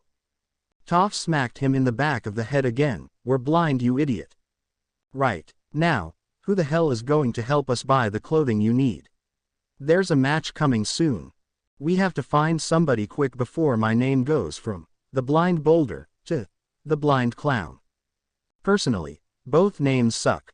If anything, I'd say that the name, the blind bandit, suits you more. It's also catchy and more mysterious. Yeah, so, what's the plan for my costume? Naruto shrugged. I'm still waiting, said Toph, impatiently. She couldn't see. People nod their heads or shrug. Naruto sighed. I'll think of something. Ya know, even if you do find something, that doesn't mean that I'll like you. Wouldn't have it any other way. Outside the village, on board a ship. Captain, the town is in sight, Our catapults have been set. We're prepared to send our forces in. They won't know what hit them, sir," said a crewmate to the captain. "Excellent. Soon, the Fire Nation will have the richest town in the Earth Kingdom under its thumb. Fire Lord Ozai will be pleased," said the captain. There was a loud crashing sound. "What the hell was that?" yelled Toph. "If I had to guess, I'd say that something just blasted down the wall surrounding the town," said Naruto. "How are you so calm? We're being attacked. Try not to think about it as the Fire Nation attacking us but, rather, the Fire Nation attacking them. You're my responsibility, Toph-sama. Until they come to attack us, I'll leave it in the capable hands of the village militia and occasional, brave Earthbender. You're just going to stand there while innocent people are hurt. When you put it that way, yes, I still won't do it. Why, if I diverted attention to them, you could be captured, or worse. Quit your worrying, stop standing there, and do something." Naruto's mind flashed back to Ba Sing Se, when he and his two friends were attacked by Fire Nation soldiers during their siege of the walls. Flashback. Isaribi was knocked off the wall, the dust at the bottom clouded her figure from view. For a few seconds, Naruto didn't move. The sickening sound of a knife cutting flesh made him whirl around. Though he couldn't see it, he could feel Deidara in pain from taking the shot. "And Naruto, quit standing around. We've got a job to do," he yelled before tossing the Fire Nation soldier off the wall and pressing the attack. End flashback. "Sir, the town has a poor resistance. It will fall soon," said the crewmember to the captain. "Excellent." The captain was cut off by a large crashing sound. "What was that?" I don't know, sir. I'll check it out right away, sir." The crewmember ran on deck. Minutes later a scream was heard. The captain rushed topside to see what was happening. All his crew was dead and the other two ships that had accompanied them were destroyed. There, in the center of his dead crew, stood a boy no older than 8. He took the blindfold he was wearing and pushed it to his forehead. "Sun's up." The captain collapsed, "and you're down. The walls of the town are in ruins and our militia and guards have suffered greatly from this. How are we going to make it out?" yelled a member of the town council. The Bei Fong family was present, as were other wealthy or influential members of the town. "I propose an idea," said Naruto from his position on the ceiling. All those present suddenly jumped in terror at the newfound voice. "Get down from there, kid. Are you trying to fall?" questioned a council member. "I assure you," said Naruto as he got into the position of standing upside down, "I will not fall. Now, my idea is rather simple. The Bei Fong family is extremely wealthy, the wealthiest in the family in the Earth Kingdom. They have more than enough cash to pay for the damages done to this town. In addition, I have a large supply of gold to assist in this endeavor. After the repairs are done, I propose a superior training for militia and the building of a dock and navy. This would make Fire Nation invasions in the future fail much more swiftly. Had I not taken out those ships, we would have lost this town easily," said Naruto. "You're 8 years old," yelled another council member. "Your point being, the kid's got the right idea. I don't think he took out those ships, but he knows what he's talking about. We need to defend this town," said a random member of the council. There were discussions that soon followed. "While we're at it, I'd suggest constructing some towers as well. It would give us a good bird's-eye view of things to help alert us of oncoming Fire Nation soldiers and ships," said Naruto. "You thought this through, didn't you?" said Chun, Toph's mother. "Hi. I knew that the Fire Nation would attack sometime, so I made plans beforehand. Though, I originally intended on waiting a bit longer to see what their intentions were for striking, but your daughter steered me off that path. I've got to admit, she's pretty influential when she wants to be," whispered back Naruto. Her eyes widened for a second before she shook her head. "No, there's no way that Toph is that influential. She can't even get her teacher to move her on to the higher exercises. You'd be surprised. Beifong-sama, you'd be surprised." 6 years later. "So, blind bandit, ready to make muscle men cry?" asked Naruto. "You know it," said Toph with a grin. "Because only a muscle man can do something like that, right?" Toph blinked a few times and wore a confused look before she processed Naruto's words. She whacked him in the back of the head.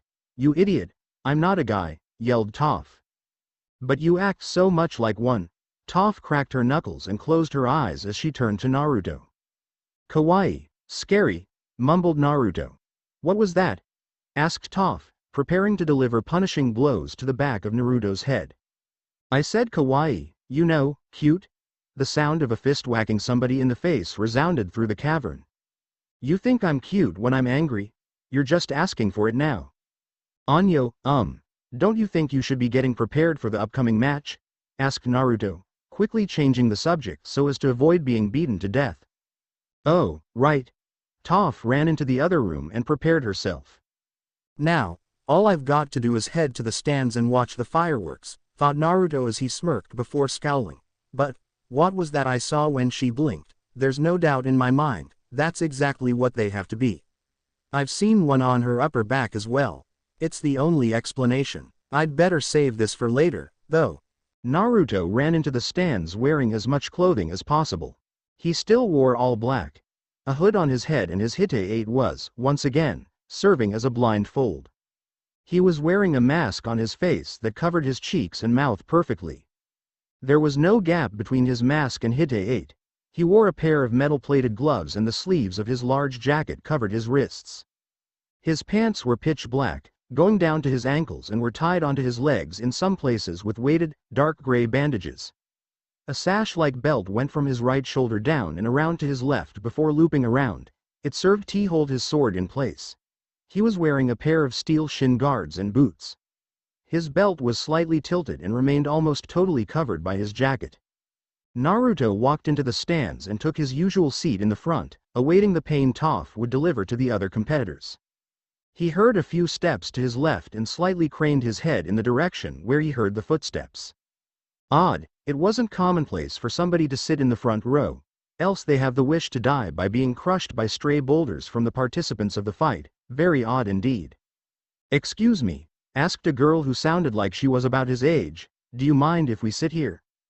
Naruto took a slight sniff of the air, it was damp. Waterbender? He thought as his eyes widened a fraction beneath his Hite-8. No, I don't mind at all. It isn't often that I get company up here, said Naruto politely. Hey thanks, man, said another person. Male, I'd guess 15. Judging by the vocal patterns of his speech, I'd say his sister was just talking to me. So, they're both from the water tribe. Can't be north since they don't leave for fear of firebenders, can't be south, all of their benders went away years ago. It's a mystery for another day. Thought Naruto. No problem at all, he said kindly. So, are you, started their third companion. No, I'm not blind. I just prefer others don't see my eyes. Honestly, it's complicated, said Naruto with a shrug. On the inside, however, he thought, the air around this kid is so clean, he sounds like he's about Toph's age. So, the kid's 12 years old, but his heartbeat is slightly irregular, almost like it's trying to catch up with time itself. He also sounds very free-spirited and has an air of confidence and hope around him. That doesn't explain why the air around him is so clean, though. Before Naruto could continue his thoughts on the subject, the first match began. I am Shin Fu, your host for tonight's competition. Welcome to Earth Rumble 6, he yelled out dramatically. Cheering resounded from the crowd. Naruto winced slightly from the volume before hearing the older boy next to him start cheering as well. Naruto sighed. Say, I never got your names, he started. My name is Katara, said the girl. This is Sokka, my brother, she gestured towards the older boy, and this is our friend, Aang. She finished, gesturing towards the 12-year-old. Naruto nodded. My name's Naruto. In the left corner, we have the boulder. In our right corner, we have the hippo, called out Shin Fu. So, Aang, you think that the boulder would be a good teacher? Asked Katara.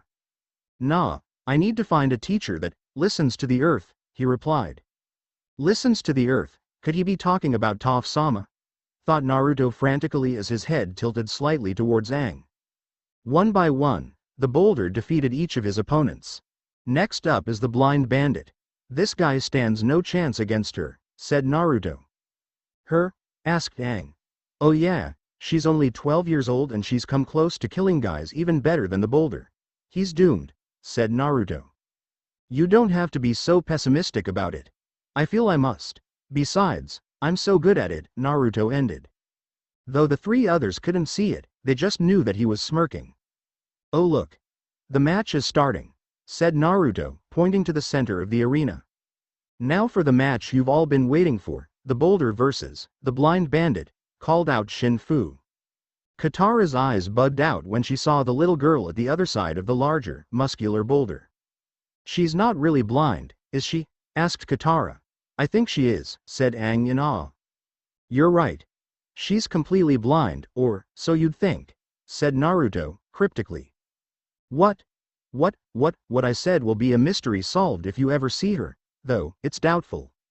Naruto was interrupted by the boulder's scream before the blind bandit knocked him out of the arena. Your champion, the blind bandit. Now, I am willing to offer up this bag of gold pieces to whoever can defeat the blind bandit. Anyone? There was silence. I'm gonna go talk to her, said Aang. Naruto's eyes widened when Aang jumped onto the stage.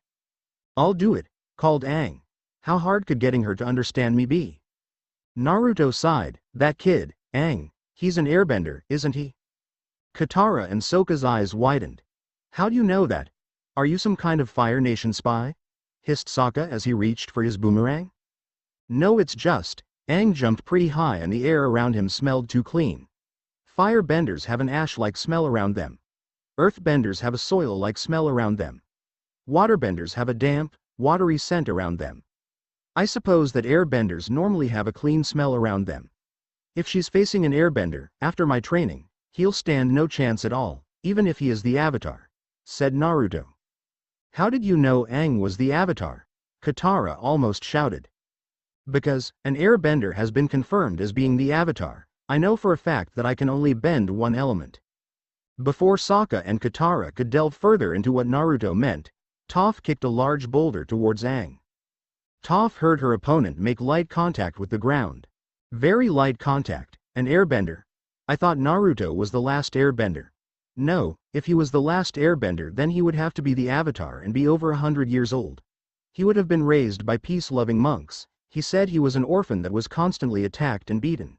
If he wasn't the Avatar, then that means that this kid in front of me is the Avatar. I'll have to use that technique if I want to stand a chance, thought Toph. Flashback. A 9-year-old Toph stood in front of Naruto. Her head was high and she had just won the Earth Rumble tournament again. Great job, Toph-sama. Congratulated Naruto. Thanks, I try, said Toph, faking modesty. Well, you succeed, against Earthbenders. Today, I'm going to teach you how to fight against different kinds of benders. We're going to start with airbenders, said Naruto. Airbenders? I thought they were extinct, laughed Toph. I'm alive, aren't I? True, I was a fluke and unforeseen occurrence by nature. But that doesn't mean that all the airbenders are gone. I guarantee that you will one day have to fight an opponent that sticks to the air. Well, what do I do then? Echolocation, huh? Bats and other animals that live in dark places will sometimes develop the ability to see through sound. They make a noise, like a click or a whistle, and then the sound they create vibrates off all sorts of objects. The sound comes back to them, and they know their surroundings. I do a similar thing. When something near me makes a sound, I use that sound's echo to help me see. I'm going to teach you to see through sound. How are you going to do that? Easy. Hum a song while I throw rocks at you as I'm flying around, said Naruto with a cheery voice. End flashback. Sadistic bastard, but I can't really argue with the results, thought Toph as she kicked Earth in Aang's direction. He jumped over it just as Toph hummed a song. Flashback. Naruto sat next to Toph as he bandaged her. Obviously, you didn't choose the right song, said Naruto. Right song? What do you mean, right song? Shouted Toph. Bats screech. Some animals click. I don't have a song I feel expresses me properly, but I'm sure you do, replied Naruto. So, what you're saying is that everyone and everything needs to make a specific noise for this to work. So, I just need to find a song I really like and hum it, then I'll get the hang of it, right? Asked Toph. Hi. End flashback. So Toph began to hum, as Aang jumped in the air to avoid the boulder. Another cam in his direction, he barely avoided it. I just want to talk to you, yelled Aang. What? Are you scared, Twinkle Toes? yelled back the blind bandit. Katara's eyes widened as she got up and looked at Aang desperately. She was about to jump in when Naruto suddenly grabbed her wrist. Don't. That kid needs to learn a lesson from this experience. I believe this is the way for this lesson to be learned. Said Naruto, if things are looking really bad, I'll intervene. But, I'll tell you right now, her goal is to knock Aang out, not kill him. Katara shakily nodded. Are you kidding, Katara? I don't know about you, but I'm helping Aang, said Sokka as he reached for his boomerang. He froze when he felt something touching his side. His eyes slowly moved down and saw a knife on his abdomen, poised to maim him. I have no intention of harming you, but intervening now would do more harm than good. Please sit down, said Naruto in a cold, calm voice. Sokka nodded in the same fashion as his sister. Aang jumped over another rock only to have a smaller one speed at him and hit him in the stomach. Aang fell, having lost control, and grabbed the edge of the arena. Toph shifted her foot just enough for a small pillar of earth to hit Aang in the head and knock him out. He lost his grip and fell out of the arena. The crowd cheered. Now you can go get him, said Naruto, putting his kunai back. Katara and Sokka ran to Aang. Naruto jumped down and joined the blind bandit, Toph, as she left. Did you have to be so harsh on the kid? Asked Naruto. He needed it, said Toph. He's looking for an earth-bending teacher. He can have the cheapskate that's keeping me on those basic exercises all the time. His sensei needs to be able to listen to the earth. I only know one earth-bender who can do that, Toph. Damn it. He wants me to teach him, doesn't he? Hi. Well shit, he's only going to seek you out now that you've beaten him. He won't find me. He's the Avatar, the bridge of the spirit world and living world, the master of 4 elements. He needs an earth-bending teacher that listens to the earth. His friends don't like you, and you don't think he'll find you? I really hope that you learn a lesson from the end of this experience. You worry too much. Naruto sighed. Sometimes, I don't think I worry enough. Oh, and Naruto, hi. Thanks, Toph said before punching his shoulder. For what? The whole echolocation thing. Ah, speaking of, what was your song? You've never told me and I couldn't hear over the cheering crowd. I know a song that's the same in every verse, the same in every verse, the same in every verse, sang Toph. No way, I know a song, please stop. I'm not telling you, how's that? I'll guess then. You'll never get it, said Toph in a sing-song voice. Kimmy Godtame. I still don't like you. There was an awkward pause, followed by the cry of, bastard, and the sound of a fist hitting the back of somebody's head. I'm telling you, Toph. They're going to find you, said Naruto.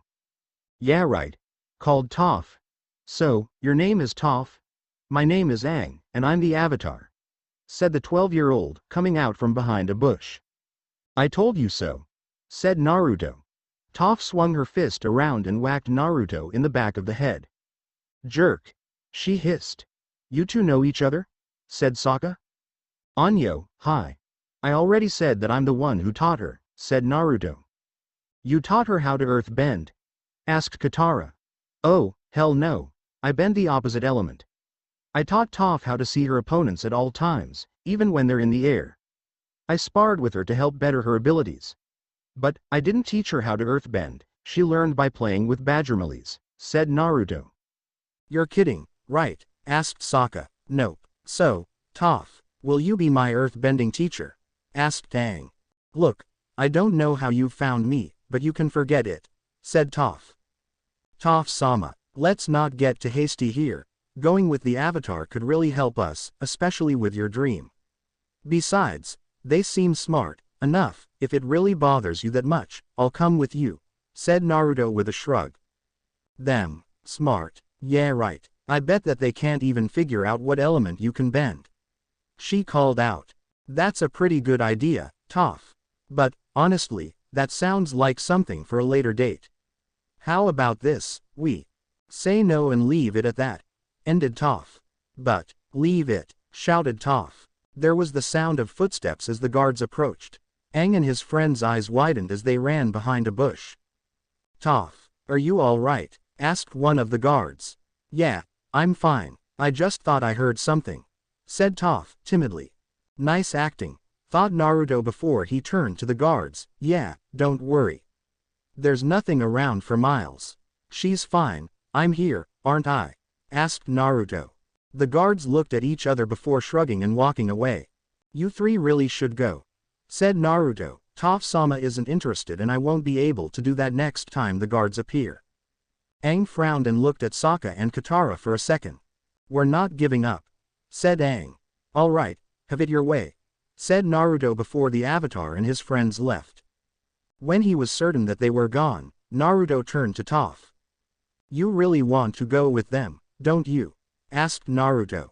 Yeah, but, my parents, they'll never let me leave, said Toph, hanging her head. Naruto gave a small smile, Momo expression. It's sort of like saying, or, involuntary speech. Cheer up. I'm sure we'll be able to travel the world one day. Just leave it to me. Toph gave a slight smile. Thanks Naruto. I try. Well, you succeed. Naruto snickered as Toph hit Aang with another pillar of earth. When Aang failed the first time, he tried again as a formal affair, requesting permission from Toph's parents to bring her along. Naruto ducked when Aang sneezed, and blew the plates on the table into the faces of both Toph and her parents. Naruto slowly brought his head up to check if it was safe when Toph suddenly smacked him in the back of the head. Naruto sighed as she went to wash herself off. I'm going with her, said Naruto as he got up and followed Toph. Aang had a look of concern. When Toph washed and dried herself off, she walked outside. Thinking? Asked Naruto. Yeah, replied Toph. It's awful, isn't it? To have freedom right there but unable to grasp it, like taking a fish and waving it around in front of a cat in a cage. There's no way my parents are going to let me leave, said Toph, dejected. Maybe I could help. I am the Avatar, said Aang, coming from behind a tree. I doubt that. Toph's parents are so overprotective that it's frightening. I've got a plan, don't worry about it. But, it'll only work. I'll only be able to show Toph-sama's parents reason if I get the chance. Your presence will be a help, but, I'm not sure how much of a help it really will be, said Naruto. I sort of get it, said Aang before turning his head towards Toph. So, how are you so good at walking around and stuff? He asked. I see through vibrations in the earth. As long as my feet are in contact with the ground, I know my surroundings almost as perfectly as Naruto, said Toph. How do you see, then? Asked Aang, pointing to Naruto. My senses of smell and hearing are so good that I use a form of echolocation. People and objects around me make sounds that vibrate off myself and back to them. I get a map out of the area to a far greater degree than Toph-sama, said Naruto. That's neat, said Aang, amazed. But, my parents won't see it. All they see when they look at me is some helpless blind girl. They don't think I can go out and be a normal kid. They try to protect me, but, trailed Toph. All they're doing is hindering her progress. Toph's dream is to become the greatest earthbender to ever live. But, she can't do that here. At the same time, she doesn't want to leave her parents. In my opinion, this is probably the saddest dilemma I've ever heard of, finished Naruto. Hey, Naruto, what's up with you and Toph? Are you brother and sister or something? Asked Aang. Toph turned green and the emotion of shock was radiating from Naruto. What the fuck? Hell no, I'm her bodyguard. I've been her bodyguard since she was 5, shouted Naruto. Aang turned red from embarrassment, hearing so many curses coming from the dark-clad youth. You don't need to be so rude about it, said Aang. Toph suddenly perked up when she felt something. Hey, Naruto, did you? She started. Hi. There was a large clicking noise as a massing claw-like object snatched Toph and Aang. Naruto's eyes widened as he reached for his sword only to suddenly freeze when he felt something strike the back of his neck. He collapsed. Good night, Black Wind, spoke the man who knocked him out before he left with his comrades. Naruto passed out. That's it for chapter 6. Next time we'll go into detail of Naruto rescuing Toph and Aang. We'll also include the Toph vs. Earth Rumble 6 fighters. Hope you enjoy it. Now, I have a poll on my homepage and it will close on New Year's Day, January 1st. I'm giving you the opportunity to choose between the top 4 remaining stories. I'm giving you the choice to pick what story I'll introduce to fanfiction next. Here's your choices. Thorns of the Black Rose, an FMA Bleach crossover. Meet Elric Tokuru, accidental homunculi and the living kid with only half of a soul.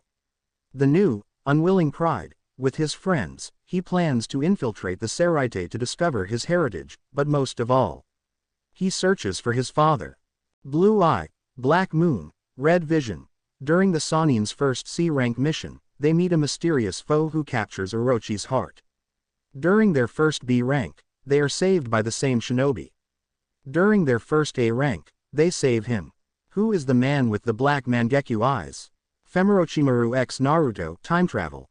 Red Dawn of Ishbala. Akatsuki, after activating their weapon prematurely, opens the gate and are sent to Ishbal in their infant forms. As they grow, pieces of their past come together. When they see the homunculi, what shall happen? We three pranksters. 3 siblings of separate mothers, born on the same night, a demon, broken and sealed within them. No matter what, they shall stay together and nobody can say a thing about it. They are the Uzumaki siblings. The votes are really close. I really need to know your opinions on this. I promise you that one of these stories will become a smash hit. Well, on that happy note, luck, fate, checkmate. There was a large splashing sound as Naruto suddenly got up. He was slightly cold. No, wait, he was soaking wet. Naruto sighed. Was that really necessary? He asked. Yes, replied Katara and Sokka. Where's Toph-sama? Asked Naruto. We don't know. We thought you would, said Toph's mother. Well, I don't, said Naruto. Sokka looked down and picked something up. A note, he trailed. Toph and Aang were most likely kidnapped, said Naruto. This is probably the ransom note. Ransom. Sokka and Katara almost shouted. Hi. The note says what they want for the safe return of Toph-sama and Aang-san. No way, started Sokka. Hi. I know, it is probably unbelievable, began Naruto before he was cut off by Sokka. I got the Baldur's autograph, shouted Sokka. Naruto sighed, walked over to Sokka, and hit him in the back of the head. Ouch. What was that for? Shouted Sokka at him. For not taking this seriously. For the first time in several years, I'm nowhere near Toph-sama. While there's no doubt in my mind that she can capably defend herself, I won't be around if things get too dangerous for her. Shouted Naruto at Sokka. For lack of a better term, Naruto was pissed. What's their ransom? Asked Naruto, trying to calm down. Well, they want 2 things. The bag of gold that Toph won and something called the Black Wind. Any idea what that is? Asked Katara. Naruto hung his head as he spoke softly. So, this is my fault, then. What do you mean? Asked Sokka. Just that, I meant what I said. This is my fault, and this is my fight, after Toph-sama beats a few of them, said Naruto. Naruto got up and started to run to his room. You go to the meeting place, I'll follow you, yelled Naruto as he ran into the estate. The sound of a door closing resounded through the area. What do you think he's doing? Asked Katara. Sokka shrugged. Beneath his mask, Naruto was grinning insanely. He was taking shuriken and kunai and putting them on his belt or hiding them in his cloak. His sword was strapped to his back, just sharpened. Finally, he had several smoke and flash bombs. Finally, he was muttering incoherent threats and violent words in Japanese. If one listened closely enough, they could probably translate what he said into this. I'll fucking kill those fucking Hotem fire bastards for kidnapping Toph-sama. Meanwhile somewhere far away, did you hear something explode? Asked Aang to Toph. It's probably Naruto. This is the first time somebody's actually captured me like this, so he's probably pissed right now, replied Toph. He's that good. Oh yeah, there isn't a bodyguard like him. He's actually the only person to see me for who I really am. So, why does he call you Toph-sama? He comes from this culture that speaks a different language called Japanese. From what I get, his culture is solely based on extreme respect. Sama is an honorific. Honorific. It's something that he'll add to the end of people's names. He calls a person san when he doesn't really know that person. Kun for little kids that he's fond of. Sama for people he respects or should respect highly. Dono for teachers, and chan For girls he's known or liked for a long time. Little kids are also called Chan, sometimes. Sounds complicated. To quote a friend, it's easier than it sounds. Naruto told me that. You really like him, don't you?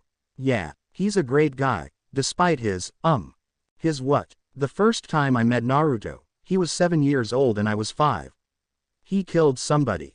Aang's eyes went wide. He what? He did it in self-defense, defended Toph, waving her hands around, and we all know that. But, he can kill a lot of people really easily. The way he sees it is that if somebody is threatening himself or somebody he finds close to him, he'll eliminate the threat. He'll just kill them. No, not always. He usually tries talking to them first. He tries to talk them out of it, then he follows up with something he calls psychological warfare. He messes with their heads. That's pretty creepy. And you let him near you. Why not? He's a nice enough guy. So, if he shows up, will he kill all these people? No. He'll leave the Earth Rumble fighters to me. These other guys, they're his. Any idea why they called him the Black Wind? Nope. He's been pretty secretive in all the time that I've known him. But, from what I understand, it's probably best I don't know everything about him just yet. What do you mean by that? His past isn't a nice one.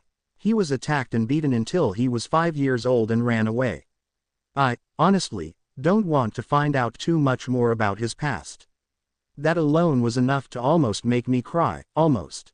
Harsh. Yeah, Katara, Sokka, Toph's father, and Toph's teacher, stood in front of 2 men. One was Shin Fu, the man who ran the tournament. The other was a person who was wearing a strange helmet that covered his entire head.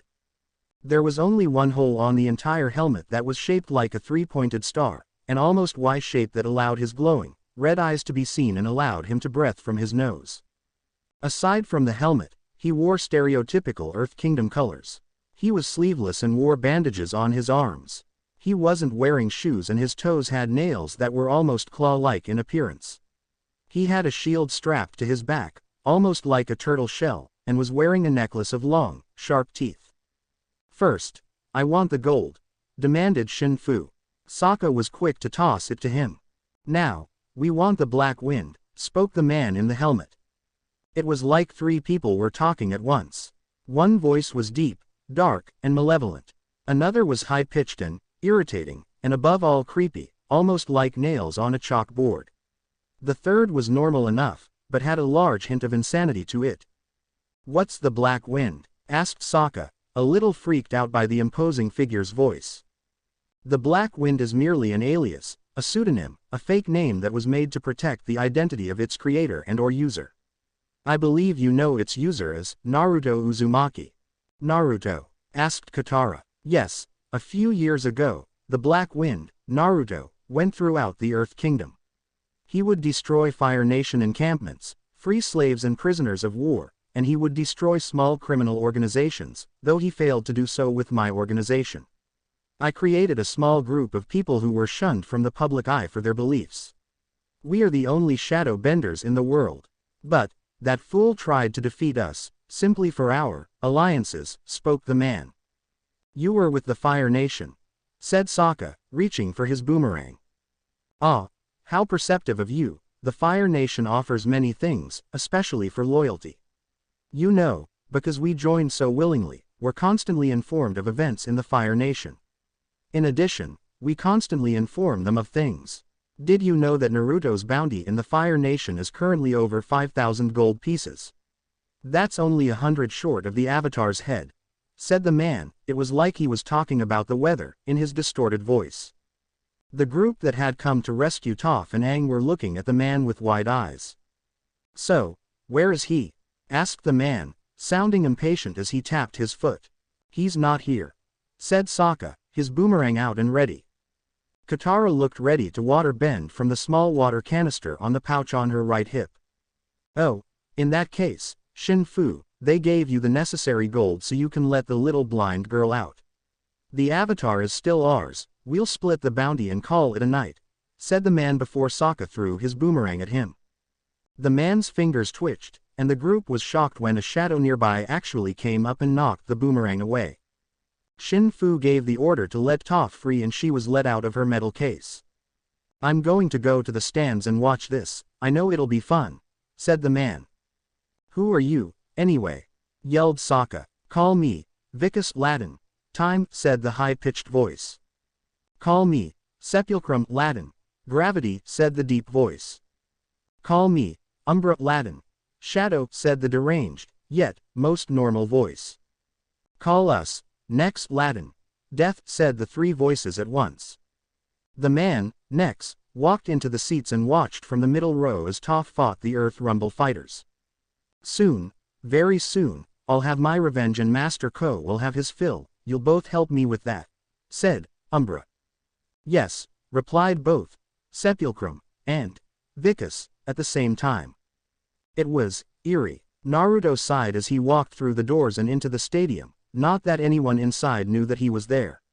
He quickly ran into the stands and used a henge on himself to look like just another bench.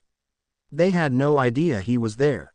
He slowly brought his eyes over the seat and looked to the other side of the stadium at somebody who he thought was dead, long dead. Flashback. Naruto was 6 years old and trudging through the desert, yet again. His most recent hideout had been destroyed by buzzard wasps.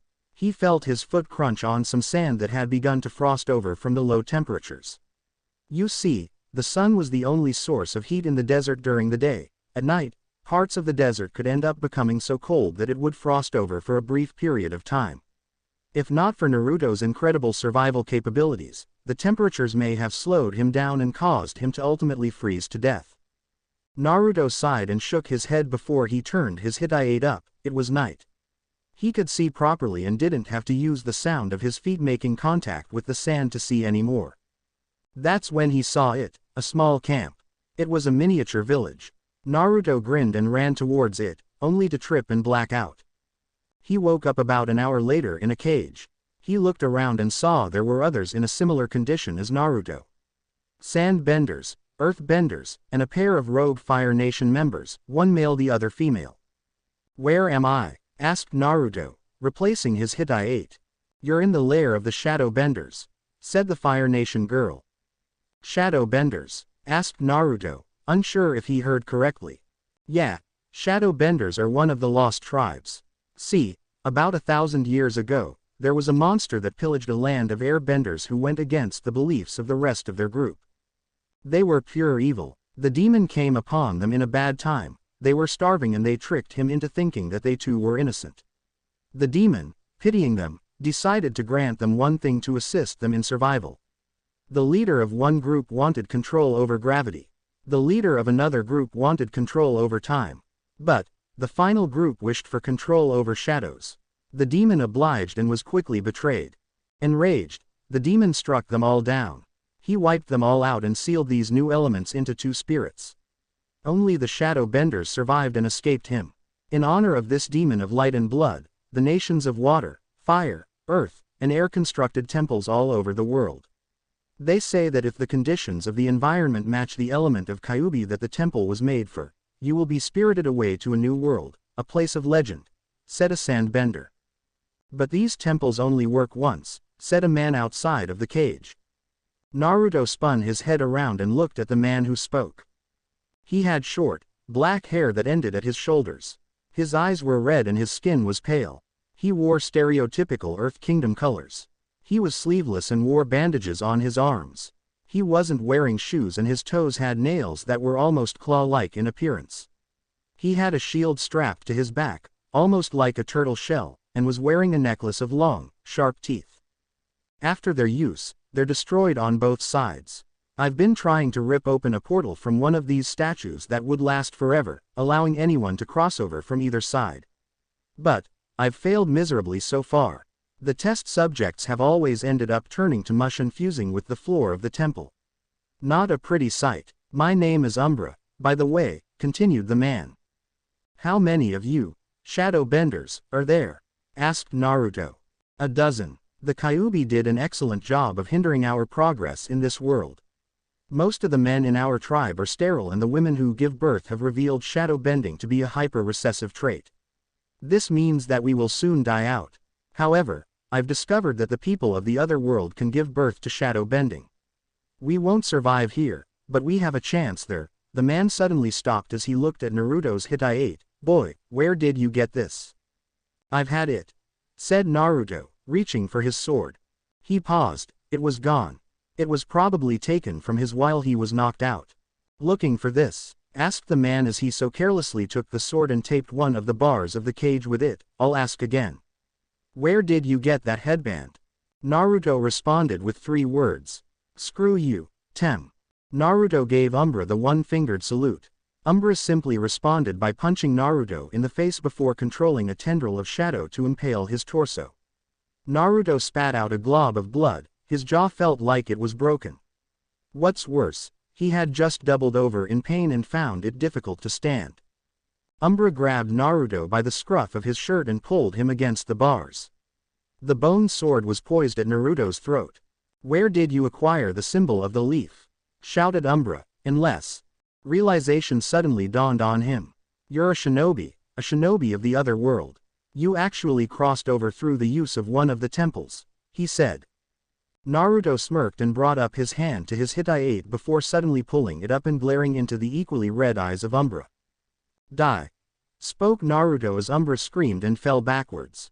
Naruto quickly grabbed his sword from between the bars, ignoring the cut he had just received from the action, and slashed through the metal allowing entrance into the center of the cave under the village.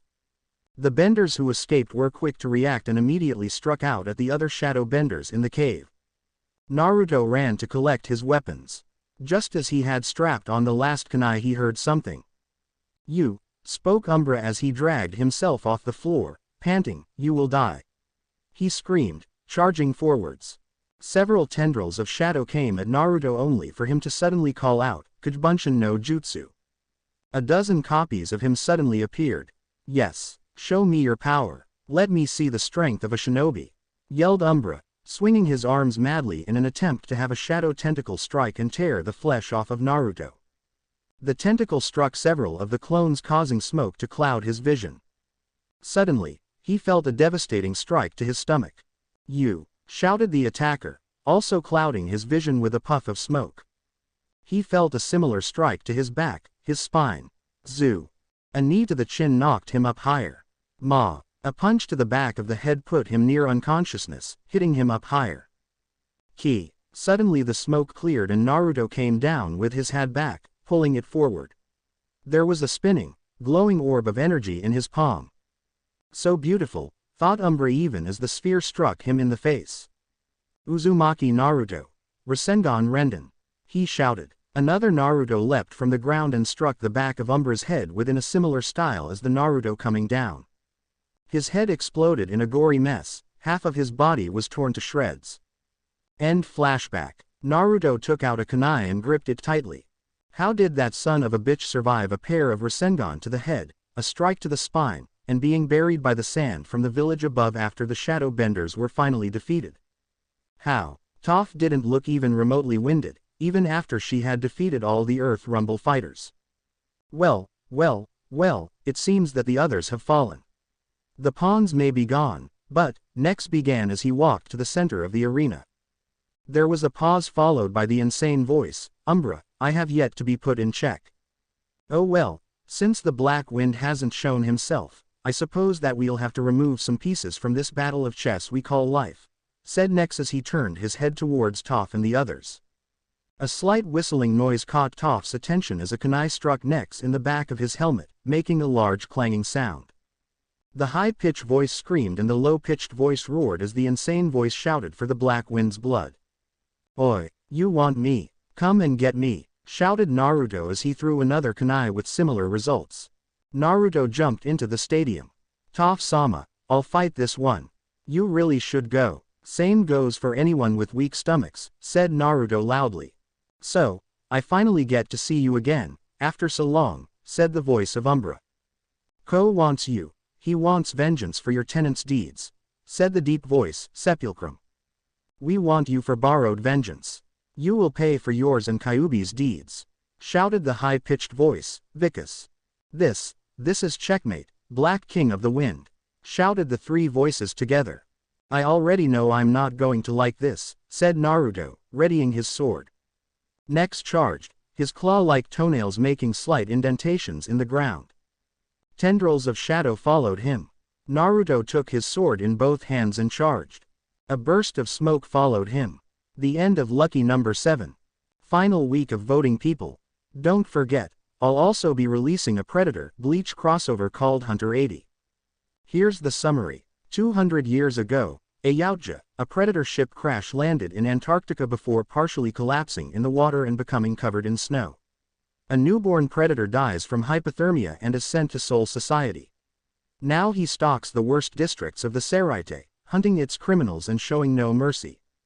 I really hope you like it. It'll be one of my best stories if people actually bother reading it. Now, seeing as how it's the last night of Hanukkah, I've decided to give you all a gift. The current poll results are: We Three Pranksters, Shadaim, Blue Eye, Black Moon, Red Vision, Nadaim, Red Dawn of Ishbala, Sandaim, Thorns of the Black Rose, Yondaimi, Happy Holidays, Killing Time. This is Checkmate, Black King of the Wind, shouted the three voices together. I already know I'm not going to like this, said Naruto, readying his sword. Next charged, his claw-like toenails making slight indentations in the ground. Tendrils of shadow followed him. Naruto took his sword in both hands and charged. A burst of smoke followed him. Naruto's sword clanged against Nex's talons, as he raised his right foot to block. Nex quickly brought his left arm up in a slashing motion. Naruto seemed to begin floating before Nex's right arm came down and slammed Naruto into the ground. Naruto slowly got up. Like it's my ability of gravity bending, spoke the deep voice of Sepulchrum before the three voices continued their twisted, clashing melody. By swinging our arms down or up, we can increase or decrease the weight of an object. We made you lighter than a feather, then heavier than the beast of Serpent's Pass. That doesn't sound too good, said Naruto, using his sword to balance. He shook his head and stood tall. What else can you do? Asked Naruto, cautious. Nex was smart. That much was apparent, but even he could make errors. I can manipulate time, yelled the high-pitched voice. How so? Asked Naruto, bracing himself. Like this, yelled Vicus. So Nex took a step forward and an afterimage followed him. One afterimage after another followed Nex before Nex punched Naruto in the gut. That Nex vanished in favor of the one behind him. The Nex images followed the pattern until the original punched Naruto in the jaw, knocking him back. What was that? Asked Naruto between breaths. Our afterimages are solid and phase through us. What you just felt were some of the many attacks we could have done to you in that span of time. They get stronger with each hit, the original being the most powerful. I thought it would be easy when I saw you had a limp, but this is pathetic, even for you. Yelled Nex, followed by his horrible laughing. Naruto smirked and puffed away in a blast of white smoke. What the? Started Nex before he felt a punishing blow to the back of his head, knocking off his helmet. Everyone gasped, except for Toph and Naruto. What is it? Asked Toph. His face is all twisted, said Sokka. Nex's head was a truly bizarre sight. His face seemed to have been spun and bent to the point of something. His left eye socket was filled with rows of sharp teeth. The tongue that came out had an eye on it. His mouth was partially morphed together by the lips, allowing only a few holes for sound. His nose was a pair of slits, one located above the other in a demented, equal sign. His right eye was shining red and seemed perpetually open as it was bloodshot. Each of his ears were also mouths that opened to reveal sharp teeth. They oozed a strange, black, pus-like substance. The skin of his head was wrinkled and stretched in some places, having the appearance of being spun around in some warped fashion. His forehead had a swirl-shaped scar and his hair was nothing more than a single beard from his chin, coming down to the bottom of his neck. It was braided like a rope. I'll kill you for what you did, Uzumaki, I'll kill you. I'll kill your faceless body when Ko is through with you, yelled Umbra, the eye-mouth, speaking. Okay, that's nice. So, who is this Ko guy you keep ranting about? Some kind of spirit, started Naruto. Ko is the oldest spirit in the spirit world. His power equals some demons. We were brought together and reformed to fulfill his goal, said Nex. And his goal is to get his first face, shouted Sepulchrum, his deep voice resonating throughout the underground arena. First face. Yes, hissed Vicus, the right ear. Many a year ago, Kyuubi and Ko had a duel. At the time, Kyuubi was the Gobi, with only 5 tails instead of 9. Ko and he were the closest of friends, but Kyuubi challenged him to a fight one day. To see who was more powerful, one of the 9-tailed demons, or the most powerful being in all of the spirit world. Ko was victorious after an entire day of non-stop fighting. Constantly he would ask Kyuubi to withdraw since he wouldn't wish to harm a friend, but Kyuubi became enraged at one point and decided enough was enough. With a sudden burst of speed, Kyuubi underhandedly grabbed Ko's face, his original face, and tore it from him. He immediately ate it, pleasuring from Ko's suffering. Ko needed a new face, but no face was like his original. He searched for one face after another, but would always fail to find the perfect one. He thought all was lost, but then, one day, a spy of his tells him that the Kyuubi, now with 9 tails, has been sealed into an infant child. The seal specifically designed to link the container's life to his own. If his container died, he too would die. Furthermore, he couldn't influence his container in the least. He was at his weakest. Then, something happens. Dozens of villagers come forth and strike with efficiency thought impossible. A mob forms and they all take turns trying their hardest to slaughter the boy. Kyuubi, in a desperate act to save itself, teleports its container to its original home. Here, despite his efforts, he dies, leaving behind a cursed boy who cannot touch or look at a person without harming them. Naruto, whispered Toph. The 3 mouths laughed together in a perfect harmony. Now you see why I must do this. The demon still has Ko's face. I'll be granting a gift to the world by killing this monstrosity to nature, shouted Nex. Almost everyone present who hadn't been KO'd felt like killing Nex in very painful ways. Naruto silently pulled up his Hitai-8 and removed his gloves, pocketing them. Naruto's eyes opened and looked directly at Nex. If the sun weren't down right now, I wouldn't even consider doing this, said Naruto. Everybody took a close look at Naruto's eyes. It was like looking at a red moon with a blue ring and pitch-black pupil on it. The pupil itself was slit. Surprisingly, Nex laughed. Fool, that won't work on me. Not only has my body been fused with 2 spirits that have been exposed to Kyuubi's energy, but I've also seen those eyes before. During our last encounter, yelled Umbra. But I didn't make contact, said Naruto, grabbing his sword again. Nex quirked his head to the left, as though confused by his words. Oh, did the little bishop go forwards instead of diagonally? Come now, you have no hope against us. We are the kings in this eternal game of chess, shouted Nex. No, there is always hope. You just need to know where to find it, said Naruto before forming a cross-shaped seal, Kuchibunshin no Jutsu. Dozens of Narutos suddenly filled the arena. A few clones won't stop me, yelled Nex confidently. Shihohapo Shuriken, all directions Shuriken, shouted all the clones before leaping in the air and throwing hundreds of shuriken at Nex. He somehow formed a grin with the strange, melted mouth. That won't stop us, he shouted back before crouching down and letting the shadows shield him from the attack. All the clones vanished as did the shuriken. The shadows came down and revealed an unharmed Nex. If that was it, then you're doomed. Stop messing around and come out and fight already, hollered Nex before a kunai whizzed past the right side of his face, slightly cutting his ear. He screamed and spun only to be met with nothing. What's the matter? Said a voice from every direction. Can't fight what you can't see. Nex screamed again and brought his arms down in a slashing motion, crushing a part of the stance. Suddenly, from above, something fell and landed next to Nex's right foot. It was a kunai with a strange tag tied around the ring. A massive flash blinded him. A smoke bomb was thrown into the arena and detonated. I'm blind, screamed Umbra. Oh, shut up, you, yelled Sepulchrum in his dark voice. Concentrate on this fight, screeched Vicus, though something was off about him. He wasn't as loud. Nex was standing still in the center of the smoke-filled area. His self-conversing was cut short when a bare hand banned contact with the back of his head.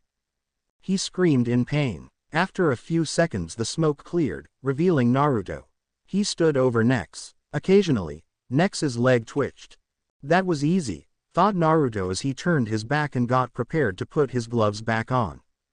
A clicking sound caused him to spin around and use his sword to block a clawed kick. Too easy. Why won't you just die? Shouted Nex.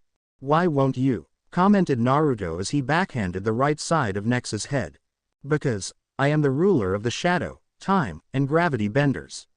I am the man who discovered the Kyuubi's temples. I am the king of this game of chess. He yelled. No, the king is not the man who rules the people. The king, in my eyes, is the united entity whom represents the people. All are leaves of the same tree. We are the king. We rule nothing. Everything rules us. In the end, king is a meaningless title, said Naruto. Nex shouted in rage and ran at Naruto, who simply spun out of the way, landing a punch on Nex's right ear. Nex fell back and quickly used the momentum to deliver a slash across Naruto's abdomen with his claw-like toenails. Naruto smirked and did something unexpected. He blew up. Nex was knocked back but quickly gripped the arena's side, crawling onto it again. A smoldering crater represented where Naruto once was. Bunshin Daibakua, Great Clone Explosion. You like it? I can make one of my clones explode and destroy whatever hit it, said Naruto, falling from the ceiling and landing on his feet in the center of the arena. Nex howled in anger and used his shadow tendril to throw a large, stray rock at Naruto. Naruto ran forward and jumped on the rock, jumping off of it immediately afterwards. He spun in the air and delivered a high-powered axe kick to Nex's right shoulder, breaking it and making a deafening, cracking sound. Nex attempted to crush Naruto by using his left hand to swing down in a claw-like motion. There was a puff of smoke and the boulder that still hadn't hit the ground struck Nex with a surprising amount of force, the fall's strength increasing with the gravity. Naruto landed swiftly on the other side of the arena. Nex's right ear was ringing. He couldn't hear Vicus at all. Umbra. Don't. Think of what he's done. I can't hear Vicus, shouted Sepulchrum in alarm. It doesn't matter. I'll kill him anyway, shouted back Umbra before Nex, as a whole charged forwards. Naruto's eyes widened. He hadn't been this fast before. No, he was this fast before. He was leaving behind after images. Naruto quickly jumped up to dodge the strikes from the first two and blocked the third before he felt a punch to the gut and a knee to the face. Nex laughed. You can stop a lot of my attacks. But you just can't stop time. He shouted. You're right, I can't stop time. But, Naruto paused as Nex raised a non-existent eyebrow. I can kill it. Finished Naruto with a smirk. Nex's eyes widened before he looked at himself. Parts of him were starting to decay and hardened. The fingers on his left hand started to crumble. Naruto got up. What have you done? Said Nex, shocked. What have you done? When I found out how your body worked, I was freaked out, at first. But then, I realized that the right side of your head acted as a sort of home for Vicus, your time self. Throughout this little fight, I've dealt small ounces of damage to the right side of your head. The kunai cutting you was a test. I noticed that Vicus wasn't as loud as before, so I continued dealing damage to the right side of your head.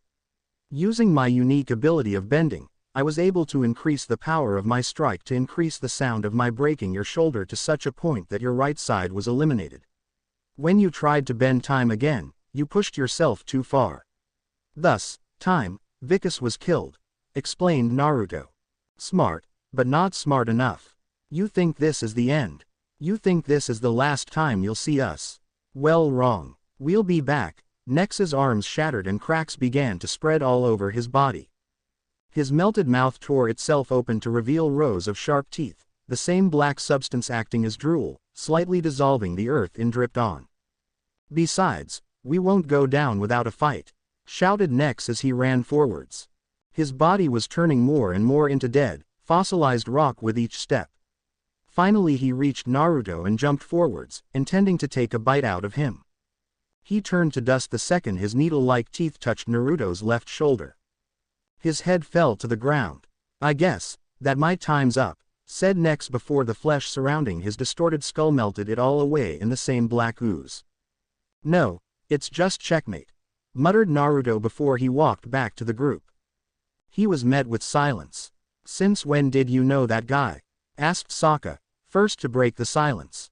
It's a long story, replied Naruto before collapsing to the ground in total exhaustion. Naruto awoke to something odd. He briefly pulled up his Hittite and looked outside. He had been asleep for about an hour. Naruto started to get out of the bed and winced. His gut hurt like hell. He mentally cursed himself for showing such weakness. He'd been through worse. Then he thought of what Nex had said before his defeat. Flashback. Who was more powerful, one of the nine-tailed demons, or the most powerful being in all of the spirit world? Flashback. One day, a spy of his tells him that the Kyuubi, now with 9 tails, has been sealed into an infant child. Flashback. Fool. That won't work on me.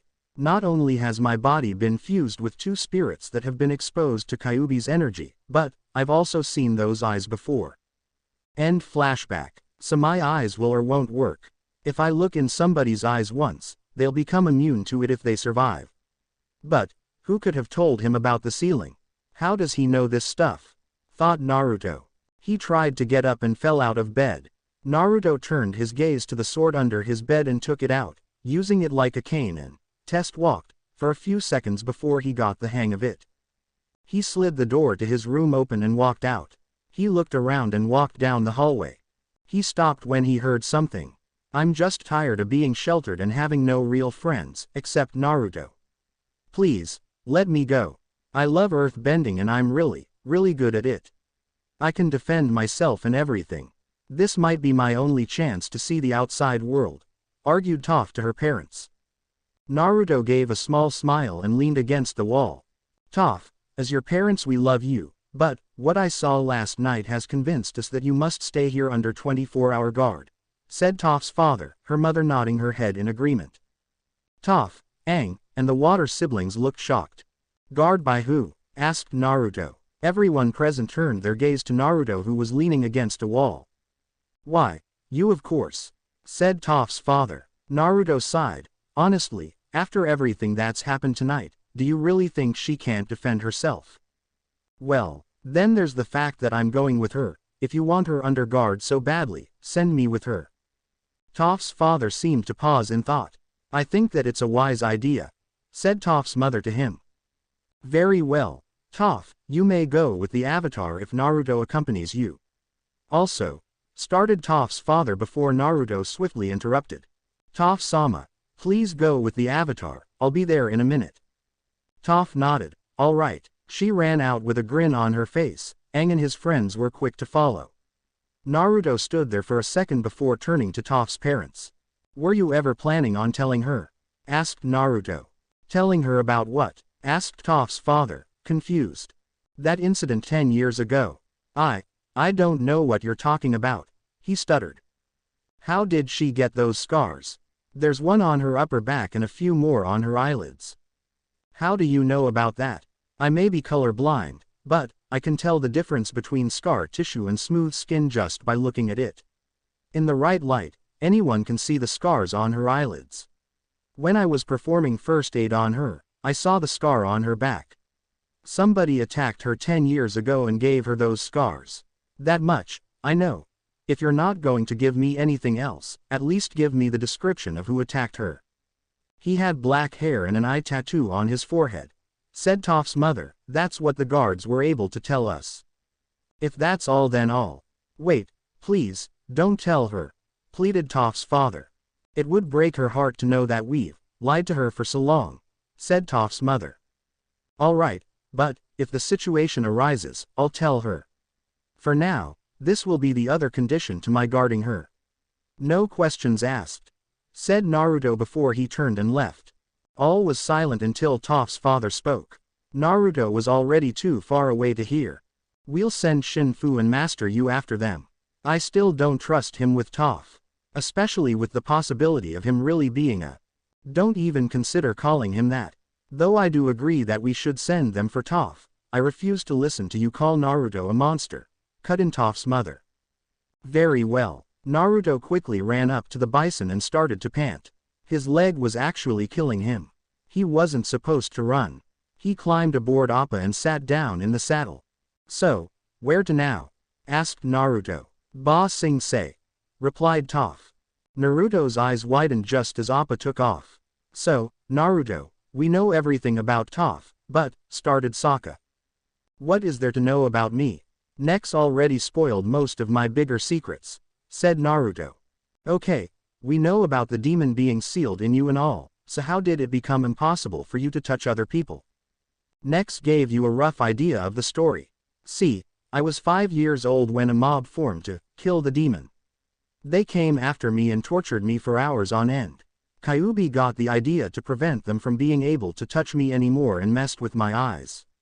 I accidentally killed a few of them and Kyuubi sent me here with his statues acting as a conductor and anchor for his power. Sokka nodded in sympathy and seemed to understand. He was much more. What? He was much more of a baka idiot than Naruto could ever have predicted. Alright, thousands of years ago there was a group of airbenders who didn't like their current way of life. They left and went to Kyuubi and tricked him to gain power. Kyuubi changed the very elements that they bent and warped them into 3 separate categories: the shadow benders, the time benders, and the gravity benders. When he found out that they were trying to take over the world with their powers, he punished them and wiped out all the gravity and time benders, sealing their abilities into a pair of spirits. The shadow benders were cursed so that their ability to bend shadows would be excessively rare in their family lineage.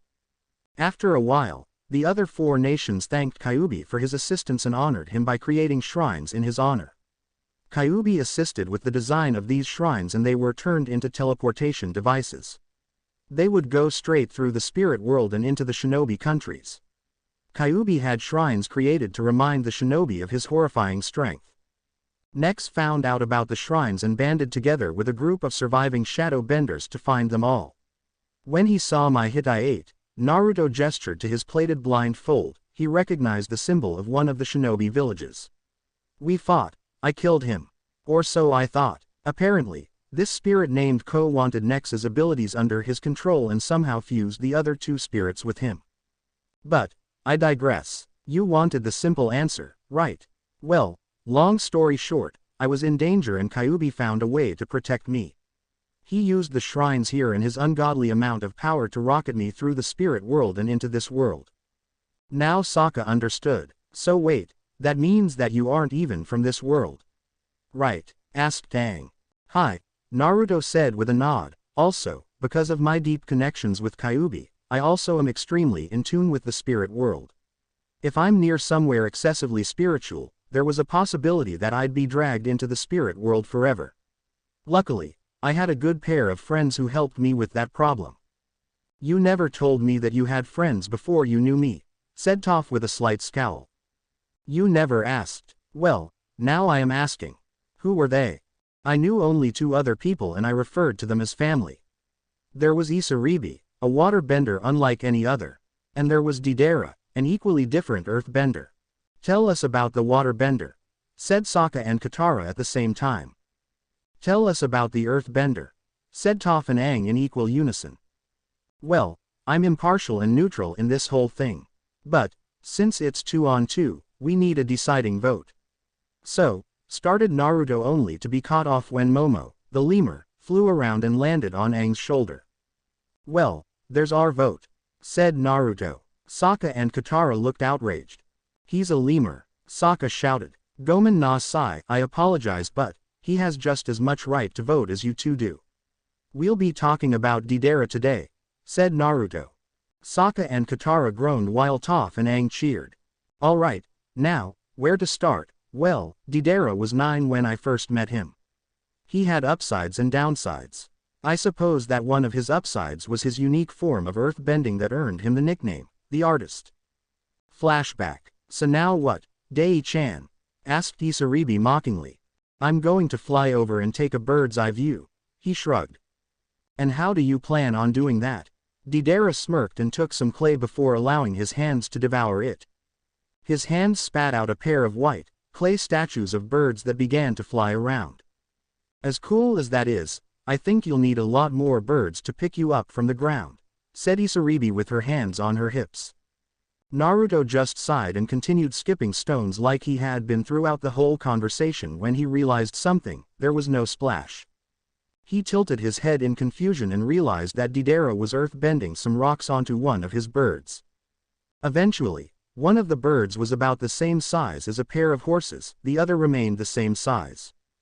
The small one will act as a tiny scout while I'll fly on the big one, said Deidara. Isaribi gaped. End flashback. The statues he could make were amazing. He could fly with earth bending. Hell, he could make his statues explode. It was like there was no limit to them.